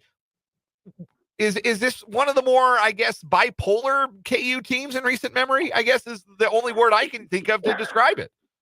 Well, yeah, I think right. They're consistent in their inconsistency. I think there are a lot of ways we can go with this conversation, right? I think we could go back and look at over the course of this season. This is not a team that consistently has the right mentality. Let's be real here, right? You can go to Creighton, you can go to Missouri, talk about those two games in non-conference play. You can talk about the first 5-10 minutes against TCU. Head coach going into the game said, I know you guys are not ready to play, and I'm not going to rip you guys right now for it, but you guys know this is not good enough. And what do you know? They go out and lay an egg in the first 10 minutes. They turned it around, which goes back to this is a talented team that can play really, really good basketball. But the mentality isn't there. And you go to the end of the Houston game. You can't close. You can go to, letting UCF stick around you, right? You're not playing defense. You overlook an opponent, and you play poor defense. You look at the second half against Baylor. Bill Self again talked about, hey, this wasn't just about ball screen defense. This was a collective mentality thing as a team. And so the fact that, we're technically now into February and we're talking about this still, I think just shows that it's not going to change. And it's going to be a team that is going to have moments where it shows that it can beat anybody. And that is why, for me, I still am like, yeah, if you told me today that KU makes the Final Four, I'd say, yeah, I can see how it happens. If you told me today they lose in the second round, I'd say, yeah, I see how it happens. Because the team has the talent to go do it. It's just going to come down to their mentality. Can they have that winning, consistent mentality that you have to win the Big 12? And if you look at the streak, right, that has made such a big impact on Kansas, right? What was so great about those teams was the fact that they had that winning mentality. In big moments, they stepped up. They were consistent. I just don't see that with this team right now, right? There are great moments, but there are also lows that I think come from, again, just not having the right mentality. Michael, the Sunflower Showdown is up next for KU basketball. K-State, obviously, they go tonight at Arizona State in Tempe. If they win, that'd be 4 straight for K-State, including that convincing win in Ames on Saturday. So obviously the terms on which these two teams will engage is going to be a little different than it was when they played about 3 Saturdays ago in the Fog. And then also you have the factor that it's at Bramlage Coliseum where Jerome Tang is 2-0 against Bill Self and his young coaching career. What is KU going to have to do to go into that building against a much improved K-State team and make it a season series sweep? Yeah, well, a few things. Well, first of all, it's crazy that if you look at like Torvik and you go back to the day that KU beat K-State, you take all the games that have happened since then, K-State's the number 2 team in the country in terms of just like analytics and the way they're playing. Like, it's a team that's on fire, and I think they'll win tonight against Arizona State. For KU to win in Bramlage, I think it goes back to the mentality thing, right? This is a team that has done okay on the road. You beat a Cincinnati team that's really struggling. You beat a CF team that was really struggling at the time. You beat TCU in a game we talked about already. When you look at the games that have, had high pressure, so to speak, right? Raucous atmospheres, teams that are playing well themselves, KU has struggled. And I think it's going to come down to a couple guys really stepping up. I think Zeke Mayo has to have a really good game on the road. You look at his home versus road splits, there's like a 10-point per game differential. He's averaging 19 points at home, 9 points on the road. They need him to play well on the road. I think you also need other guys to step up. Rylan Griffin, can you knock down 3 threes? Can you kind of have a little bit of a reversion over the course of a week to the numbers you've shown this season after you went 1 for 5 last night? Can guys like DeJuan Harrison, KJ Adams, hey, can you make good decisions offensively and not get into a spot where KJ's got to drive into 3 people around the basket? And so I think having KJ in this matchup will help KU, because now you're looking at there being a kind of a 3-man rotation for the 2 big spots, and you can go against Gasson and you can go against Coleman Hawkins with more bodies compared to the last time they played. And so I think matchups wise, having KJ healthy helps KU a lot more in this specific matchup than I think maybe it would against any other team in the country. Maybe Houston, but I think K-State more so. And so I think for KU, it's going to come down to really kind of correcting some of those wrongs that we've seen in some of the big road games of the past this season. So It's going to make for a really interesting game, and I don't even know what to expect. Quick pivot to football. Michael Swain of Fog.net at 24/7 Sports, because the 2025 KU football schedule was released earlier today. They'll open in a week 0 home game back at the booth against Fresno State. The Sunflower Showdown is at home October 25th. Looking at the schedule, what immediately stood out to you? How are you feeling about this KU football schedule with 7 games back at the booth? Yeah, don't ask me to predict games. I'm out on doing that in the Big 12. Right. This past year, like I'm totally out. Like, yeah, they could win, they could lose. As for the schedule, like I think first of all, getting 3 bye weeks is really interesting, and I wonder if certain teams are maybe going to try and fiddle with this week 0 thing, because you get to start your preseason camp a week earlier than other teams. You also get the benefit of then having an extra bye week over the course of the season. That's going to help KU, because once KU goes to play Missouri, they got a bye week, so they can reset before they go start conference play. After they play back-to-back road games at UCF and Texas Tech, they get a bye week before they play K-State. I think that's about as good of a bye week timing as you could ask for. And then there's one more after Arizona, a road trip. That is a game that could end up being kind of that late 10:30 Central kick that we've seen sometimes in those Mountain Time, Pacific Time Zone games. So having a bye week after that, really important. So you don't have that same situation that KU had last year coming back from the BYU game. So if you're looking at the schedule in terms of, hey, when are your bye weeks? When do you play your big games? And, the timing of all that stuff, I think it looks really good. Is KU going to win a lot of games this fall? I have no idea. We're just have to wait and see, because I think there are a lot of Big 12 teams that have a lot of question marks. And last year showed, right, you can go into a season having an idea of what the conference is going to look like. But once the ball is kicked and everyone's got to play, right, a lot of things can change. So for right now, in terms of like on paper what the schedule looks like, I like the order. I like the way it falls and the flow of it. I don't know if it's going to mean much in terms of results at the end of the day. Michael Swain of Fog.net, part of the 24/7 Sports Network. Become a VIP subscriber today. You get Michael's outstanding insight throughout the Jayhawk seasons and beyond. Again, at Fog.net. He joined us on the Fleming Place Wine and Spirits hotline every Tuesday for Jayhawk Weekly on 580 Sports Talk. Michael, thanks so much for the time. We'll do it again next week. Awesome. Sounds great. Talk. That is Michael Swain. We will step aside for a quick break, come back, wrap up this 4 o'clock hour, 580 Sports Talk.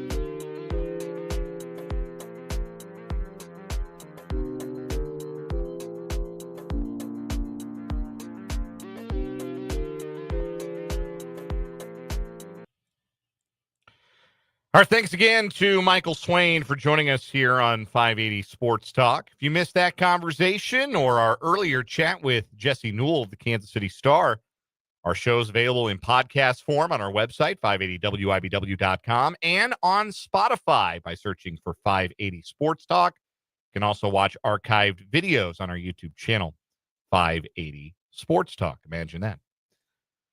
No high school basketball tonight on 580 WIBW because of coverage of K-State basketball. We'll have pregame coverage at 8 o'clock and the tip-off at 9 o'clock from Tempe. It's not still the Wells Fargo Center now, is it? Or it used to be something like that. Where does ASU play their home games? Now, probably named after a credit union. Desert Financial Arena. Imagine that. What do you know? Who'd have guessed? It's named after a local credit union. Desert Financial Arena tonight, site of K-State's game against Arizona State. Pregame coverage at 8 and tip-off at 9 here on 580 WIBW. So no high school basketball on our airwaves tonight, but these games in the area this evening. Washburn Rural's on the road at Blue Valley in a non-league contest. Centennial League action at the Dungeon tonight. Topeka High welcoming in Emporia. A couple of games in the United Kansas Conference. Siemens at Baser Linwood. Seaman girls hope to remain undefeated. Shawnee Heights is at Turner. Highland Park and Meadowlark Conference play is at Washington. That'll be a big boys game. Both teams have been ranked in the 5A top 10. Highland Park, of course, the unbeaten number 1 team in Class 5A. And 2 matchups in the Big East from Shawnee County to tell you about. Silver Lake and Rossville both on the road tonight. Silver Lake at Riley County. Rossville taking on St. Mary's. We'll have basketball for you Friday night, high school hoops. Topeka West hosting Piper in UKC play. Coming up in the 5 o'clock hour, our headlines. Basically going to talk some Big 12 football schedule. Plus, Patrick Mahomes versus Vic Fangio and a preview of that K-State Arizona State basketball game. On the final hour, 580 Sports Talk.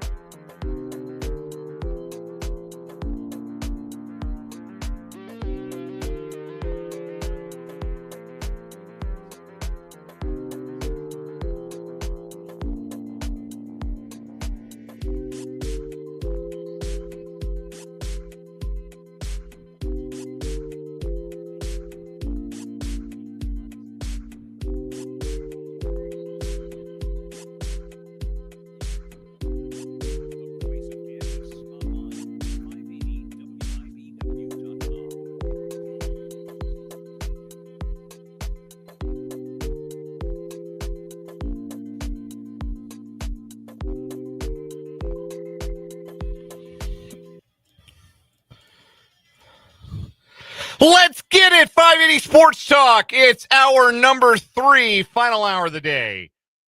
On a Tuesday on the Sports Voice of Kansas, 580 WIBW, FM 104.9. Online, worldwide, 580WIBW.com. And on our video stream, we are live on YouTube. 580 Sports Talk is the name of the channel. Go subscribe if you have not yet. You can also hit us up on Facebook. We are streaming our video live at WIBW News. Spencer Dupuis is across the glass. I am Dan Lucero. Brendan Dworzinski is off for the week. You are invited and encouraged to be a part of the program as we enter the final hour today. Hit us up on our text line, 785-272-9429. You can also interact with us in the live chat. If you are watching on YouTube, again, 580 Sports Talk is the YouTube channel. Whether you're watching in your browser or on your mobile app, you're signed into YouTube via Google, you can enter the chat. Say hello. Water's fine. If you've never been in the chat before, everybody's real friendly. And we have a good time in there throughout the show. Interact with your fellow listeners as we're going along and interact with your hosts as well during the program today. Again, the YouTube channel is 580 Sports Talk. Don't forget about Spotify. Yeah, don't forget about Spotify. Subscribe to us on Spotify. People haven't forgot about our Spotify in the last few days. We had a spike of listenership on our Spotify. Is that right? Yeah. Are you looking at the metrics? I'm looking at the numbers right now. You got the numbers? You got the stats? Yeah, I mean, it seems like leading up to the Super Bowl, we've had a great run of stats. Love that. Love to hear it. Again, find us on Spotify, 580 Sports Talk on Spotify. It's where you can find our podcast. You can do it the old-fashioned way, too, at our website, 580WIBW.com. But, yeah, now you can find us on Spotify. Take us everywhere you go. Listen to us in the car on an hour-by-hour basis. We have hour-by-hour breakdowns of the show, just like we've been doing for as long as we've been podcasting the show. That's how we've been doing it. Every hour the show goes up separately. So, maybe you catch the show, but you leave work at 5, and so you're not at the computer, and you never catch the third hour of the show. You can catch it on the podcast, or maybe you're late getting to the party. You have to miss that first hour, that 3 to 4 o'clock hour. You never get a chance to hear that, or you miss what is wrong with you in the 4 o'clock hour. Hour-by-hour breakdowns, easy to find us, 580WIBW.com, and, of course, on Spotify, 580 Sports Talk. Coming up later on this hour, Patrick Mahomes is 8-0 against Vic Fangio, which is an interesting nugget given that Patrick Mahomes is starting at quarterback for one team in the Super Bowl coming up on Sunday, and Vic Fangio is the defensive coordinator of the opponent. It's a good track record. Record being the word we'll underline here, but how much does it really mean that Patrick Mahomes is 8-0 against Vic Fangio? We'll go inside the numbers on that and talk about how what it really, in the end, boils down to between Mahomes and Fangio is kind of what games like this tend to boil down to. Doing what you do. And we'll discuss what that means a little bit later on as we continue to get you fired up for Super Bowl 59 coming up on Sunday with the Kansas City Chiefs going for the three-peat against the Philadelphia Eagles. You'll, of course, be able to listen to the game on the Sports Voice of Kansas. Pregame coverage from Westwood One starting at 1 o'clock on Sunday here on 580 WIBW and FM 104.9. It is now where I will do my daily disclaimer for the Super Bowl and let people know that the broadcast we will be bringing you is the Westwood One broadcast and not the Chiefs Radio Network broadcast. Kevin Harlan and Kurt Warner on the call. That is by rule of the National Football League. That is not a local in-house programming decision. The NFL rules stipulate that the radio networks for the Super Bowl and for Conference Championship Sunday can only broadcast on the flagship stations in the home market. And we are not the flagship of the Chiefs. Therefore, we are subject to the same rules as a station covering the Chiefs in Pittsburgh, Kansas, or Colby, Kansas, or anywhere else in Missouri, or anywhere in Nebraska, or Lubbock, Texas. I think they have an affiliate in Lubbock. I actually, that's funny to me. They do. Yeah, I've looked it up. You guys told me that, and I actually looked it up, and it is legit. Yeah, thing. no, they do. No, that's Every now and again, you get those outposts. So back, I'll save the aside. Anyway, you'll be hearing the Westwood One broadcast if you listen to 580 WIBW on Super Bowl Sunday, is my long way of saying that. My quick aside is that, sometimes you have that hyper local interest in a team and they get on the network. When I lived in North Platte, Nebraska, and I was programming the ESPN radio station there, we had the Broncos because that made regional sense. So that was our Sunday programming. But at the time, you remember Danny Woodhead? Yes. Little guy, little running back, played long NFL career, most notably with the Patriots, kind of that early 2010s era. Well, he was a North Platte kid. He was from North Platte, Nebraska. And to say that he was the pride of North Platte, Nebraska would not be exaggerating things.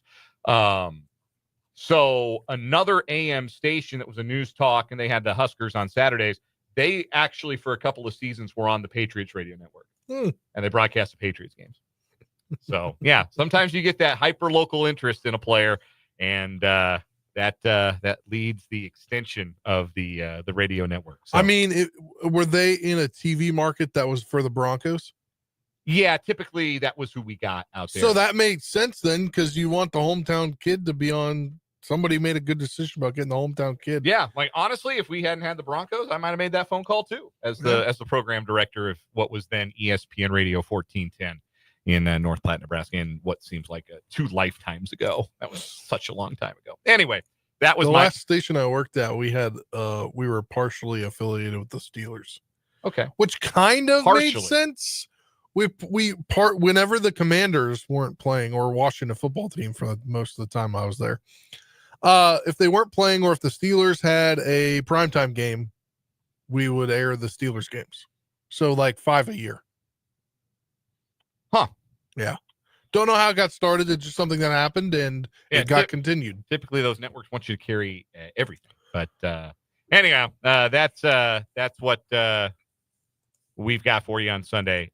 We will, once again, as we did after the championship game 2 Sundays ago, we will air the Chiefs Radio Network post game here on 580 WIBW. So as soon as the trophy has been handed out, we'll kick it over to the Chiefs Radio Network for post game, and like for the AFC Championship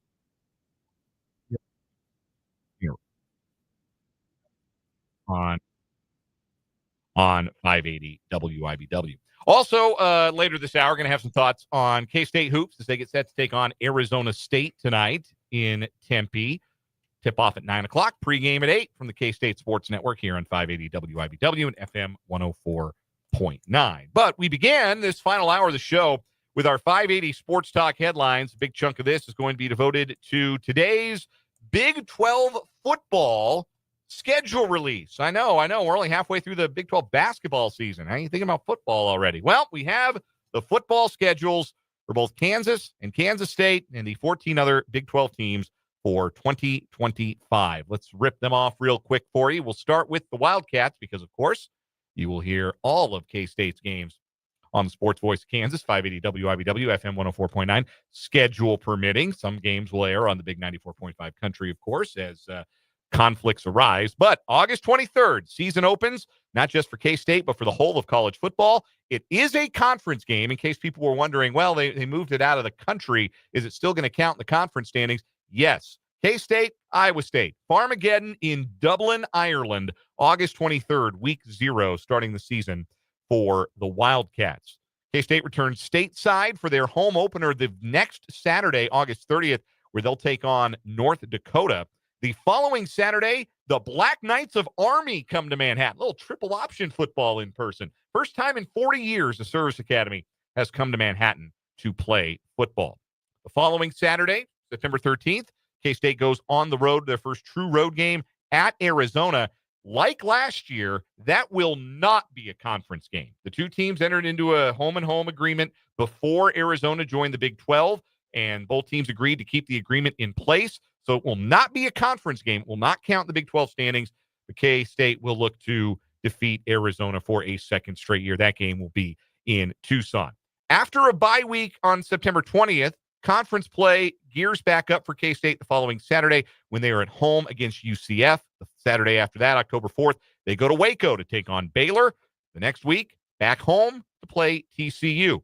After a bye week, it's the Sunflower Showdown at the remodeled David Booth, Kansas Memorial Stadium, October 25th, K-State at KU. K-State returns home November 1st for a home game against Manhattan before embarking after another bye week. That's 3 byes during the regular season because of the week 0 game. They are off the weekend of November 8th and then play back-to-back road games for the only time all season at Oklahoma State in Stillwater November 15th, at Utah in Salt Lake City on November 22nd, before returning home for Senior Day and the regular season finale at home against Colorado, the Buffaloes' first visit to Manhattan since 2009. So that is the K-State schedule. Again, 3 bye weeks. The home games for conference play: UCF, TCU, Texas Tech, Colorado. The road games: Baylor, Kansas, Oklahoma State, and Utah. Iowa State, a neutral site game in conference play. 6 home games for the Wildcats. KU is also playing a week 0 game, which I didn't know until today that they were playing a week 0 game, but that is the plan. August 23rd, KU reopens David Booth, Kansas Memorial Stadium, with a game against the Fresno State Bulldogs. The next Friday, and you'll note I didn't say any Friday or Thursday games for K-State, though that could change. They don't have any scheduled. But KU is playing that first home game within the regular season on a Friday again. They've made a habit of doing this the last handful of years. So their week 1 game will be a Friday night, August 29th. They will play the Seahawks of Wagner. It'll be, I believe, the first meeting. Yes, the first meeting all time between KU and Wagner.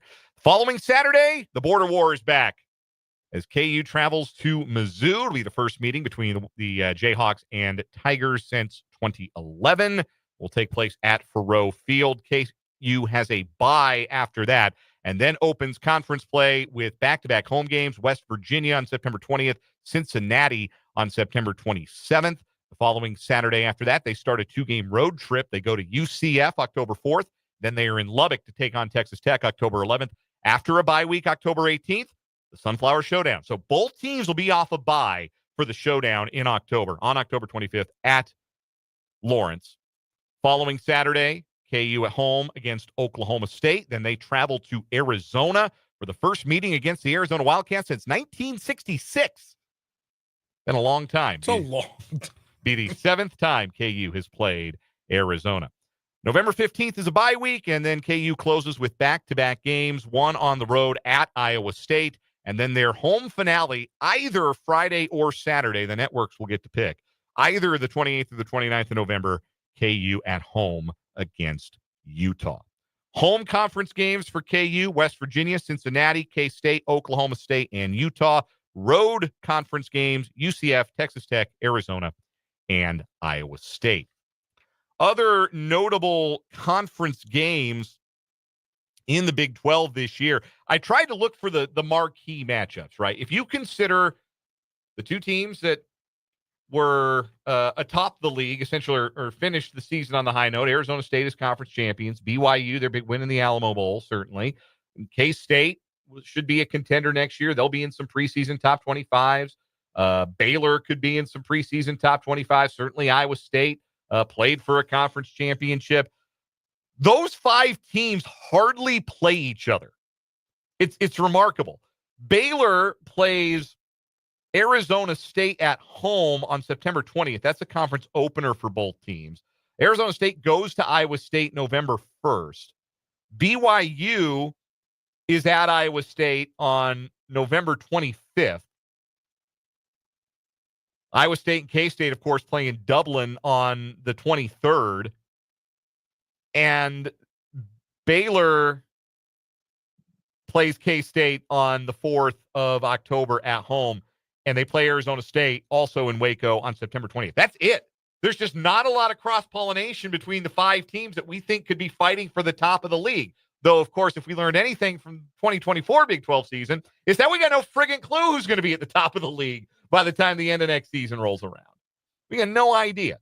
So, but those top tier teams in the Big 12 will play sparingly against each other. Other games of note: Colorado and Utah renew their Rumble in the Rockies series in Salt Lake City on the 25th of October. BYU and Utah tangle in the Holy War the week before that. That'll be October 18th. That game will be in Provo. Governor's Cup, or rather I think it's the Commonwealth Cup. Arizona and Arizona State. That game is the final weekend of the regular season. It'll be either Friday or Saturday, the 28th or the 29th of November. Obviously, Farmageddon is the 23rd of August in Dublin. I still don't like it. It's going to be great visibility for both programs. It's neat that they get to be the first game of the season. It'll be an awesome experience for whoever gets to go, players, coaches, the fans, to make the trip out to Dublin. Kind of a once-in-a-lifetime deal, I would imagine, for a lot of people who get to make the trip. And I won't begrudge anybody for being excited about that, but I think strictly from this rivalry rocks, and it should be played in the home stadium of one of the two teams every year. From that perspective, I'm still bummed that Farmageddon's been moved out of the United States. It's been outsourced. We outsourced Farmageddon. That's about it for the Big 12 football schedule. Anything stand out to you immediately about this one? Any games you're excited about? I'm excited to go to a home game for KU to see the new stadium. Oh, yeah. Because I didn't get to go to a KU game this past year because they were at the Chiefs Stadium. Naturally. Yes. It'll be exciting to see what the new booth looks like, and sure a lot of people will be excited to file in and check out a game. And again, it's one thing to sit here and say, wow, the contenders don't really play each other, or hey, KU, they don't have to play Arizona State. They don't have to play BYU. That's pretty good. K-State doesn't have to play either of those teams either. That's a fortunate break of the schedule. It's one thing to say that, but remember when we thought Colorado's back half of the schedule last year was just going to slaughter them, and then they ended up playing an Oklahoma State team that had basically quit on their season the last week of the regular year? Yeah, so you never know. I think that's going to be a lot more of the norm moving forward in the Big 12. That what it looks like on paper is not going to be what we think of it by the time mid-October rolls around. Expect the unexpected. That should be honestly the Big 12 football slogan. SEC's got it just means more. Big 12, expect the unexpected. That's what I would say. You got a headline to throw out at us, Spencer? Yeah, just saw this one coming across earlier. I'll be happy for this because I don't have a TV provider that allows me to have the now branded FanDuel Sports Network. WIBW TV Channel 13 is a part of a deal within the Gray television family of stations. They're going to air 10 Kansas City Royals regular season games this upcoming season. They're going to simulcast them from the FanDuel Sports Network. And they'll be on Sundays throughout the season with selected games to be announced at a later date. This new partnership will greatly increase access and reach to select games, providing a new way for nearly 7 million households to watch the Royals. Gray stations cover much of Royals television territory, including Missouri, here in Kansas, Nebraska, Iowa, and Arkansas. So obviously the Royals re-upped with what used to be called Bally. Diamond Sports, the parent company of what was once known as Bally Sports Kansas City. You may not even be aware that it has changed branding and is now the FanDuel Sports Network. Unless you really like you don't have a cable provider that carries it. I do, and they spend the winter carrying around here, and this is not a joke, Minnesota Timberwolves and Oklahoma City Thunder games. So unless do they not carry the KC Mavericks? No. I thought they did. No. I mean, I definitely saw they did. Maybe as a one-off, but not regularly. Nobody's putting ECHL games on TV on the regular. No, it's mostly the Timberwolves or the Thunder. And unless you're really into the NBA or one of those two teams, you probably, once the Royal season is over, you don't have a reason to turn it on Channel 34 on Cox. And it's FanDuel Sports Network now. But there have been agreements struck with other teams and the Gray Media Company. The Rangers and the Braves have also done this in their home markets. But the Royals have done that Gray Media owns KCTV5, KSMO in Kansas City, and they also own WIBW here in Topeka. So there will be some other stations outside of Kansas City and Topeka, but that are in sort of what you would call the broadcast territory of the Royals that will get a chance to air these over-the-air games. Royals have not broadcast a game over the air since 2007. So the Royals coming to over-the-air television, people ask us all the time, or at least mention all the time, how much they might like to be able to watch the Royals. Well, you're going to get a chance. All you're going to need is some bunny ears and access to WIBW TV. But there will be 10 games throughout the season that are broadcast. Sounds like most of them are going to be on Sundays, maybe all of them, depending on how you read the press release. It can be a little funky sometimes how those things get interpreted. But looks like it'll be Sunday home games, Sunday afternoon during the summer, Royals on WIBW TV. And, of course, all 162 games right here on WIBW Radio in case you are looking for the Royals. Vance asked if there will be blackout restrictions on those games. No, Vance, there will not. Just all you need is an antenna. Vance in the YouTube comments, by the way, YouTube, 580 Sports Talk. All you need is an antenna, and you'll be able to watch WIBW TV. You'll be able to watch the Royals. They won't black them out. It'll be free over-the-air broadcast of Royals baseball for the first time in, 18 years. That is a good step in the right direction. I think that it's actually good. I don't know. I'm not a business genius, right? I'm not the smartest guy who's ever walked the face of the earth. But I think it's good to make your product available to people who might want to consume it. Yeah. I think that's a good thing. Even if you might not make as much money on the front end, you will generate customer loyalty on the back end. But I think that's the whole thing is you want to get people to watch games and they're like, oh, now I can watch games. Let's fire up the subscription to FanDuel Sports now. Yeah, it could whet people's appetite to do a guarantee there's going to be 100 promo reads for those games. Oh, certainly. Yeah. How you can watch the rest of them. Yeah. Anyway, it's a good step, and I'm glad that the Royals are doing that. I'm glad for Royals fans who have not had access to Bally/FanDuel Sports Network over the last handful of years, going to have a chance in both in Kansas City and right here in Topeka with WIBW TV to watch some Royals baseball this coming season, because they're going to be watchable, because they're going to be good. That'll do it for our 580 Sports Talk headlines. We'll take a quick timeout. When we come back, the big matchup: Patrick Mahomes on one side, defensive coordinator of the Eagles, Vic Fangio, on the other. Mahomes owns Fangio. But does that matter for Sunday? We'll go inside the numbers. But before we get there, a real quick word from my friends at Great Life here in Topeka. With 8 fitness facilities and 5 golf courses, you're close to one of the facilities that Great Life has to offer, no matter where you are in this capital city. The fitness facilities have terrific amenities that can help you meet your fitness goals. The golf courses are going to be in fabulous shape as we round the corner and get closer to spring.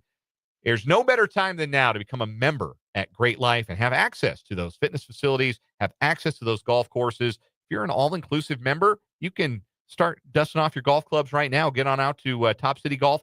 Free bay rentals for all-inclusive Great Life members. Free bay rentals at Top City Golf to do the Top Tracer and play simulated golf and get some data on your swing and really improve your golf game.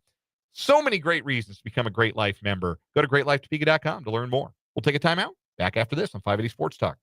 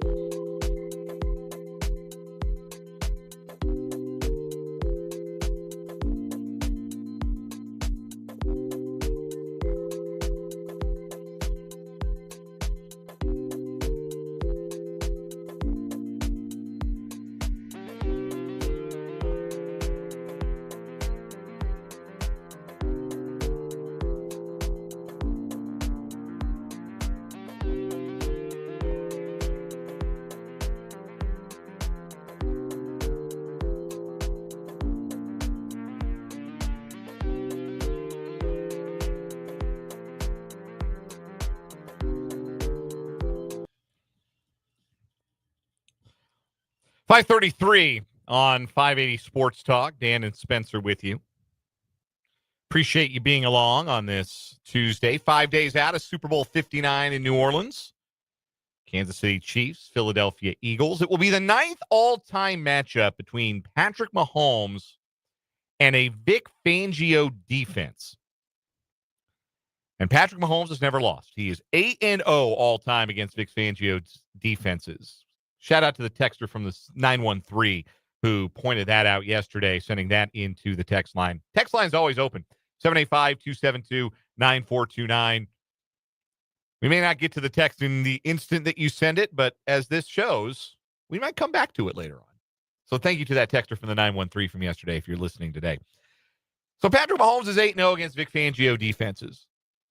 Question I have is, how much does that matter going into Sunday? So let's get inside the numbers a little bit. First thing we got to do is we got to say that Mahomes is really 7-0 against Vic Fangio's defenses, because one of those games was the game where he ran his last quarterback sneak. I have given up on the idea that Patrick Mahomes will ever again run the quarterback sneak, because the last time he did one, he came out of the pile with a knee that Travis Kelce famously said did not look like a knee. So we're never going to see Patrick Mahomes run a quarterback sneak again. But the last time he did, that was the game against the Broncos. It was a Thursday night game in Denver. Vic Fangio was the head coach of the Broncos. So this is a Mahomes versus Fangio game. Mahomes was playing well early. He was 10 of his first 11 passing, though only for 76 yards. And then he dislocated his knee and came out of that game. And Matt Moore quarterbacked, and Mahomes gets the win because he started the game, because that's how quarterback wins work. But let's toss it for the sake of it. Let's toss that one. So Mahomes is 7-0. For the other 7 games that Mahomes has played against Fangio, he hasn't exactly played like Superman. He's averaged less than 6.5 net yards per pass in 4 of those 7 games. So Fangio's defenses have done to Mahomes what the idea is that they try to do to everybody, what the Eagles have done to everybody so far this season: limit explosive passing plays. Fangio's defenses were successful in doing that against Patrick Mahomes. And none of those 7 games had Vic Fangio coaching a defense that was number 1 in the NFL in DVOA, number 2 against the pass in DVOA, or if you'd rather me throw out the nerd numbers, that's fine. They're the number 1 defense in total pass defense, and the number 1 defense in total defense, and the number 2 defense in scoring defense. This is the best Fangio defense that has played against Patrick Mahomes.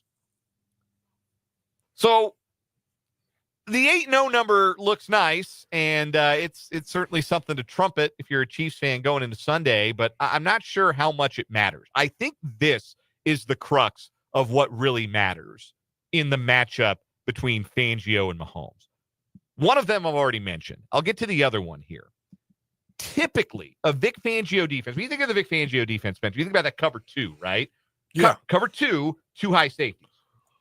That is traditionally what Vic Fangio's defenses have employed. 2 high safeties. That's 2 safeties, neither of whom are in the box. It's a distinction from single high safety. I don't want to talk over anybody's heads when we're doing this stuff, so I try to answer your questions. Anticipate if you have questions on this stuff. If you know exactly what I'm talking about, good. If not, I don't want to leave you behind. Vic Fangio's defense is typically run with those 2 high safeties. This year, though, the Eagles have played a single high safety on 62% of their snaps.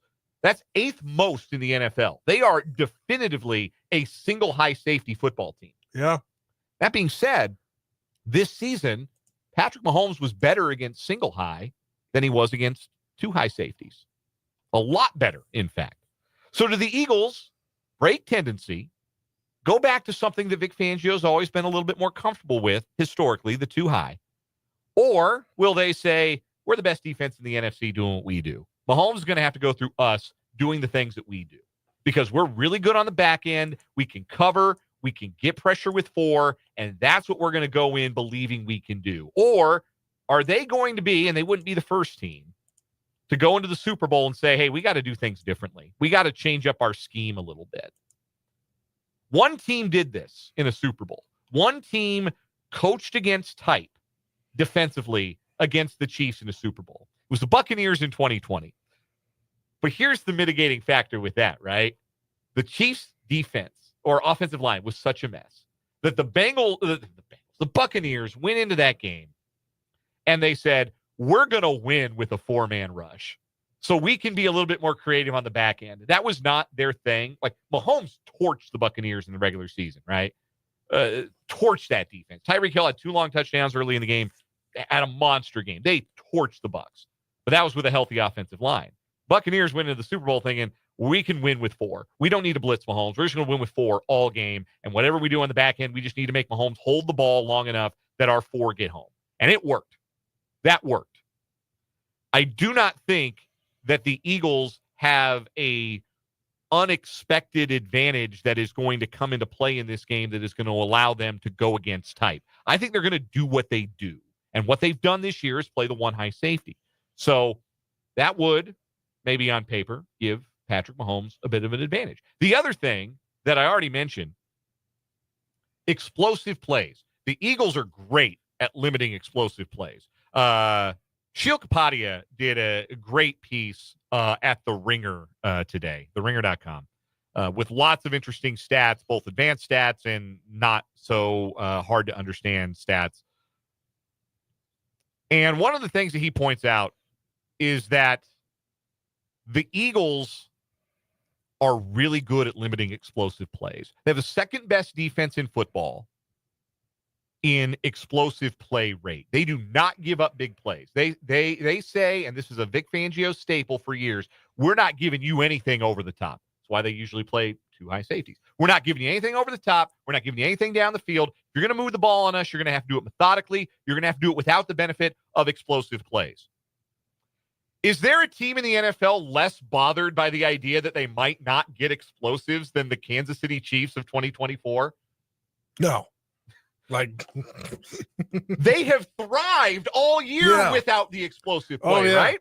I mean, we all thought this year it was going to be like Mahomes to Worthy down the field with the speedster, and it's just like Tyreek Hill. That hasn't really come about. No, they've been methodical Yeah. with their drives. They've been more than happy to be methodical with how they move the football through the air in particular. So this strength of the Eagles plays into what has been a Chiefs strength throughout the season. Now, look, it's not a bad plan for the Eagles. Make the other team drive the ball for longer, because the more plays you make a team run, the better the odds are that they're going to make a mistake. They're going to commit a holding penalty, set them back. You're going to drop a pass. You misplace a pass. You can turn the ball over.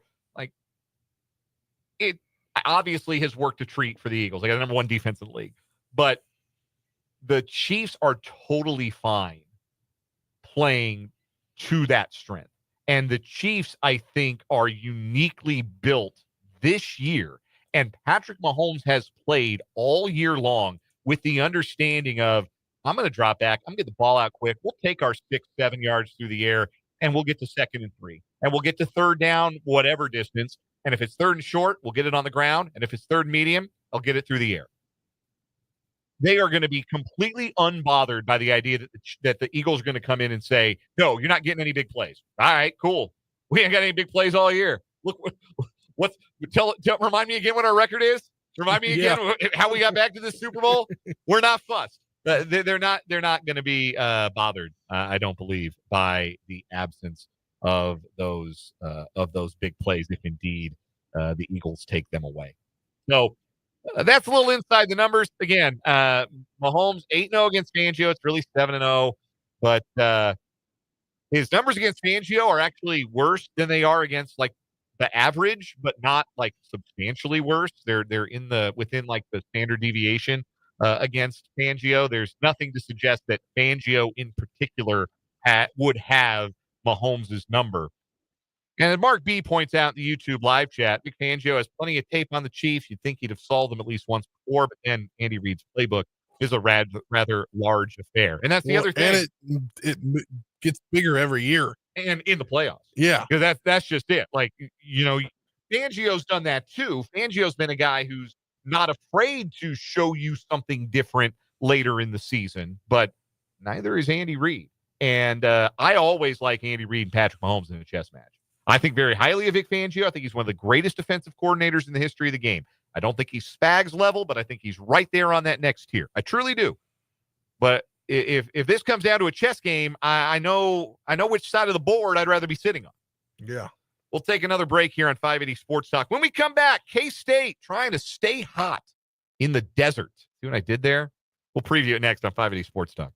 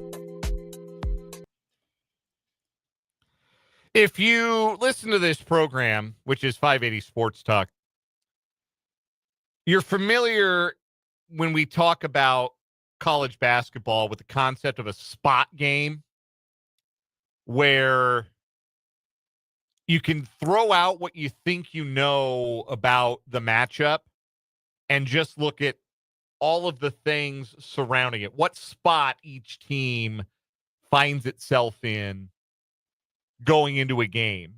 And that may lead you to predict one way or another how a game is going to unfold. Tonight's K-State basketball game at Desert Financial Arena. I looked it up earlier. I blanked on it for a second. Desert Financial Arena in Tempe against Arizona State. This is a spot game because I think K-State's got more talent. They're certainly playing better. Winners of 3 straight. Arizona at home. Arizona State's coming off a loss Saturday where their best player headbutted a guy. I can't believe he's not suspended for tonight, frankly. K-State is coming off of the emotional high of a big win on the road. Yeah. You'd think a lot of those things would be pointing towards K-State, but you have the desperation factor for Arizona State. They got to start winning some home games. Like, they've still got the hope of maybe making the NCAA tournament. I doubt it. They're 12-9. But like, if they're going to start making some headway and getting back into postseason contention, they got to win their home games. So desperation factor, body clock factor. This is a 9:00 Central Time tip-off, a little later than the typical start time for a Kansas State men's basketball game, to say the least. 9 p.m. Central. That'll just be 7 o'clock. I think 7 o'clock. The Phoenix area is funky with the time zones, right? So I don't know what it would say on the Arizona State website, like what they call tonight's start time. If they don't do daylight savings the way that the rest of us do. They have it down as a 8 o'clock tip. So they are on Mountain Time right now. They're on Mountain Time during the winter. And then they go to Pacific Time during the summer. But yeah, it's 8 o'clock tip for them, a 9 o'clock tip for K-State. You've also got this. K-State's next game, Sunflower Showdown. Chance to get their lick back on KU at Bramlage, where Jerome Tang hasn't lost to KU yet. So you call it a look-ahead spot for sure. The danger of the look-ahead, the trap game, if you will. All of that leads me to tell you that our friends at Prairie Band Sportsbook in Mayetta have Arizona State favored by 2.5 tonight. That line's actually moved a point in Arizona State's direction today. Also, Bart Torvik's numbers have Arizona State a 3.5 point favorite tonight. It's a dangerous one for K-State, to be sure. I mean, you take out all of the spot game stuff. You take out all of the what's come before, what's coming after for both of these teams, and just look at the two teams on paper. I really like the matchup for K-State. I think that their length matches up okay with Arizona State's length. I think K-State is better coached. Certainly K-State is playing better in the last 3 weeks or so. This is a game that is winnable for the Wildcats. But if they don't win it, we're going to point to they got caught looking ahead. They got caught peeking ahead to the Jayhawks on Saturday. Or late night game on the road. Hard to win on the road in the conference, which it is. Then again, if it were hard to win on the road in the conference, maybe K-State would have made it look a little harder when they rolled Iowa State on the road on Saturday. They win that road game. There's no building they can't barnstorm into and win. That being said, it's hard for me to pick K-State tonight just because I think it's a peek ahead spot for them. I think it's a desperation spot for Arizona State. I would not bet this game with your money. You being whoever is listening, you being you, Spencer Dupuis. I would not bet this game with your money. Oh, no. No. Never. But, disgusting. Yeah, I don't like the line at all. No. But that's all I'll say. K-State can win it. I think that they can win. Don't go putting your foot in your mouth like you did yesterday. Yeah, my prediction record is really strong of late. So yeah, don't listen to me. Maybe I should pick Arizona State, put the whammy on them, right? Yeah, do that. K-State fans are on the other side of the radio saying, dude, pick Arizona State already so you can be wrong again. I'll do it. Fine. Sun Devils win. Before we get to a break here, our final break of the show, 785-272-9429 is our phone number. K-State women, monster home game tomorrow night at Bramlage Coliseum. 12th ranked K-State, 9th ranked TCU. The number is 785-272-9429. If you are the third caller, I will give you 4 tickets to K-State TCU women's basketball at Bramlage tomorrow night. 785-272-9429. Caller 3 wins the tickets. We're back to wrap up 580 Sports Talk next.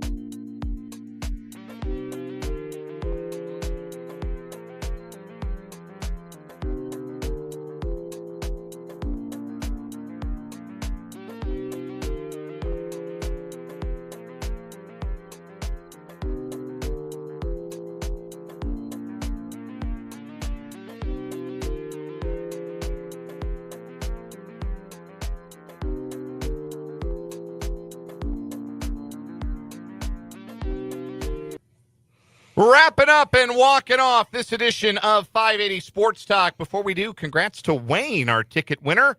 He's going to see K-State and TCU. Monster game in Big 12 women's basketball. Number 12 hosting number 9 tomorrow night at Bramlage Coliseum with a 6:30 tip-off.